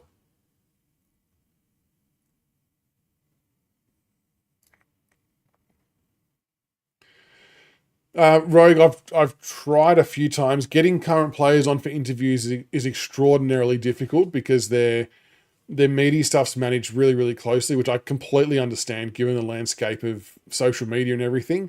It's a tricky one. So for some transparency, I'm hopefully meeting with the club in the coming weeks to kind of try and work out how we can forge some kind of a stronger relationship and partnership, and hopefully we can help them in some ways and they can maybe help us in some ways. Like I've always wanted to do interviews with players, whether it's like while we're playing a video game, for example, something just a bit different to what you're used to seeing, and just things like that. And I'd love to be able to somehow get some access, I guess, as well. I don't have the time to go down to the club during the week to try and get chats with them over the fence as well, which would be good. But then I look at like what Marnie's doing for Kanga TV, and she's already gotten some good relationships with players and had people on like that. So it is possible. It is possible, but it's just tricky to do. I'd love to be able to do it though. It's definitely a goal of mine to get a current player on for sure. So if anyone out there knows a current player that might be willing to come on, let me know. Send me a message. That ultimately, that's kind of the way these other club-based podcasts do it. They're not necessarily doing it through the club. It's more so they already know a player existing, or they have someone who knows the player and they're prepared to come on. That's essentially how people end up getting them on. Yeah. So if anyone can help out, shout, let us know. Absolutely. Would love to interview Koch. Are you implying you can make it happen, Black Crow? Because that would be amazing. Anyone, more than happy to talk to Koch for sure. No, we haven't had Jake Batchelor on. No. He would be a good one to get on, though. He would be a very good one to get on. I'm trying to go back through the comments. Just reading back through the other ones. Do we know if Elnor was nominated? Yeah, I thought he had, but I'm not so sure, Cameron. We'll have to wait for the final list to come up. We'll have to wait for the list. Sondy's gone quiet on the socials. Other boys are all interacting with each other. Yeah, it's funny how that can be somehow read into. I always love. It's always funny the trade period when people start posting. Oh, he unfollowed this club and started following this person. I love all that stuff. It's very, very funny. Oh, Black Crow, your dad is family friends with his family. I mean, look, if you're happy to ask the question and see if he's willing to, I'm more than happy to reach out if there's a way to be connected for sure. That'd be huge. That'd be huge. Another loss for North. Giddy up. That's what we want to see, Cap. That's what we want to see. Oh, 21st video in signed wings. Nice, nice. The death ride. Oh, it's so good. It's so good. You can do me a play for Richmond and AFL 26. Very good. Yeah, so Dave, we probably want Port Adelaide to win that game though, don't we? What's the score? Wait, are they playing now? Well, they're the second game. Oh, yeah, okay. So 62-35. So we realistically probably needed Port Adelaide to win that to try and create some separation on North, which is, yeah. But look, a North loss is still a good thing. Better check my Supercoach points here. Hang on a sec. What? Harry Sheasel going 52. Sheasel's got. I took him at the number one pick in our Supercoach draft, and he scored 52. And I've got Caleb Daniel on the bench with an 87 and Tom Powell on the bench with a 98. Absolute bullshit. And then Fremantle, of course, Shea Bolton's on 40. Absolutely zero chance I win this week. I'm sitting first. No chance I'll win that. Leah, I love Razzo. Love Razzo's game. Do Richmond pick him up in the draft? No, we won't, unfortunately. Only because we don't have a pick. Well, two reasons. We don't have a pick, and we're not actually sure if Razzo's nominated for the draft yet or not. There's been mixed reports on this, so we don't know the answer. But even if he has nominated, we don't have a list spot, so we can't pick him up. If he hasn't nominated, I would suspect that we've spoken to him and we will pick him up later in the year in the national draft or rookie draft. That's just a hunch. But yeah, we're still trying to work out if he's nominated or not. Yeah, that'd be awesome. That'd be awesome, Crow. Let us know how you go. That'd be so good. Sheasel been shooting in from. I know. And I don't know whether people would have had Sheasel as captain in their normal super coach or not. Why is he playing forward for? Gosh. Just to go off track slightly. So I had the number one draft pick for our super coach draft. And I think there's 10 teams. 10 teams, I think it is, yeah. So the number one pick's actually a really shit spot because the gap between all your picks is all over the shop. And I was so close to picking Tristan Sherry as my number one pick, and then I changed to Sheasel at the last second, and I wish I hadn't have, because Sherry's been averaging about 150 all year, I reckon, and Sheasel not so much, but anyway, is what it is. We're happy to do any other questions quickly before I jump off. But other than that, we'll be back on Monday night for the live show. And then we'll do Wednesday night selection night. The Wednesday night selection night show might be a little bit different this week. Tiggs might be coming on, but if he's free, it'll just be he and I, because he just kind of struggles to have other people on as well. It kind of just fries his brain a little bit with what he's going through currently. So if I'm confirming Tiggs is available, I'll get him on, because I more importantly want to see how he is in his own personal update and get his thoughts on the Tigers and stuff like that. So yeah, he might be on for the Wednesday night live if everyone's keen for that. But yeah, we'll see how we go there. But should be some interesting ins and outs nonetheless, I reckon. I'll still get Shannon and JR to send through their teams as well, I reckon. We can definitely still discuss it. The car was on full hit on the way home. Nice. Yeah, hopefully you warmed up real quick from that one. Most of McCartney. Yeah, that's the thing, Cameron, is a lot of people are saying the same thing as you, that they're not seeing much on Razzo and El Nor. So, yeah, no one really knows. But then Channel 7 apparently had a list up where they did have him on there. But we'll have to just wait and see, I guess. Yeah, McCarthy, I think, will be pick one zone. I think he's West Coast bound by the sounds of it. Should we consider trading Hopper Taranto at the end of the year? I wouldn't personally, no. Hopper's having his best season with us. So he's finally kind of got over all the niggles and the bits and pieces, and he's doing the best that he's done for a while. I think we need to just change the blend of mix of players who are in there with them. And maybe it means that not having Taranto and Hopper in at the same time. As much as I love them as individual players, I'm still not fully convinced they complement each other together in the same spot. I still think we need that speed. But yeah, smarter people than me will be able to work that part out. But I wouldn't look to trade them, no. No worries at all, Paul. Thanks for stopping by, mate. Appreciate it. From Leo, do I think our coach should Do you think Echo should be with the players down on the bench or coaching? I don't know. I guess it depends on what he thinks he can get, what he can get out of being on the ground level versus up in the coaching box. Like on one hand, from the coaching box, you can probably see a bit more of the play unfolding. On the other hand, being down at ground level, probably to your point, that you can be a bit more personable with the players and interact a bit better. Maybe it's maybe a blend of the two, I guess. Yeah, I can definitely see merit in doing it. I know Sam Mitchell's been down there a little bit for Hawthorn.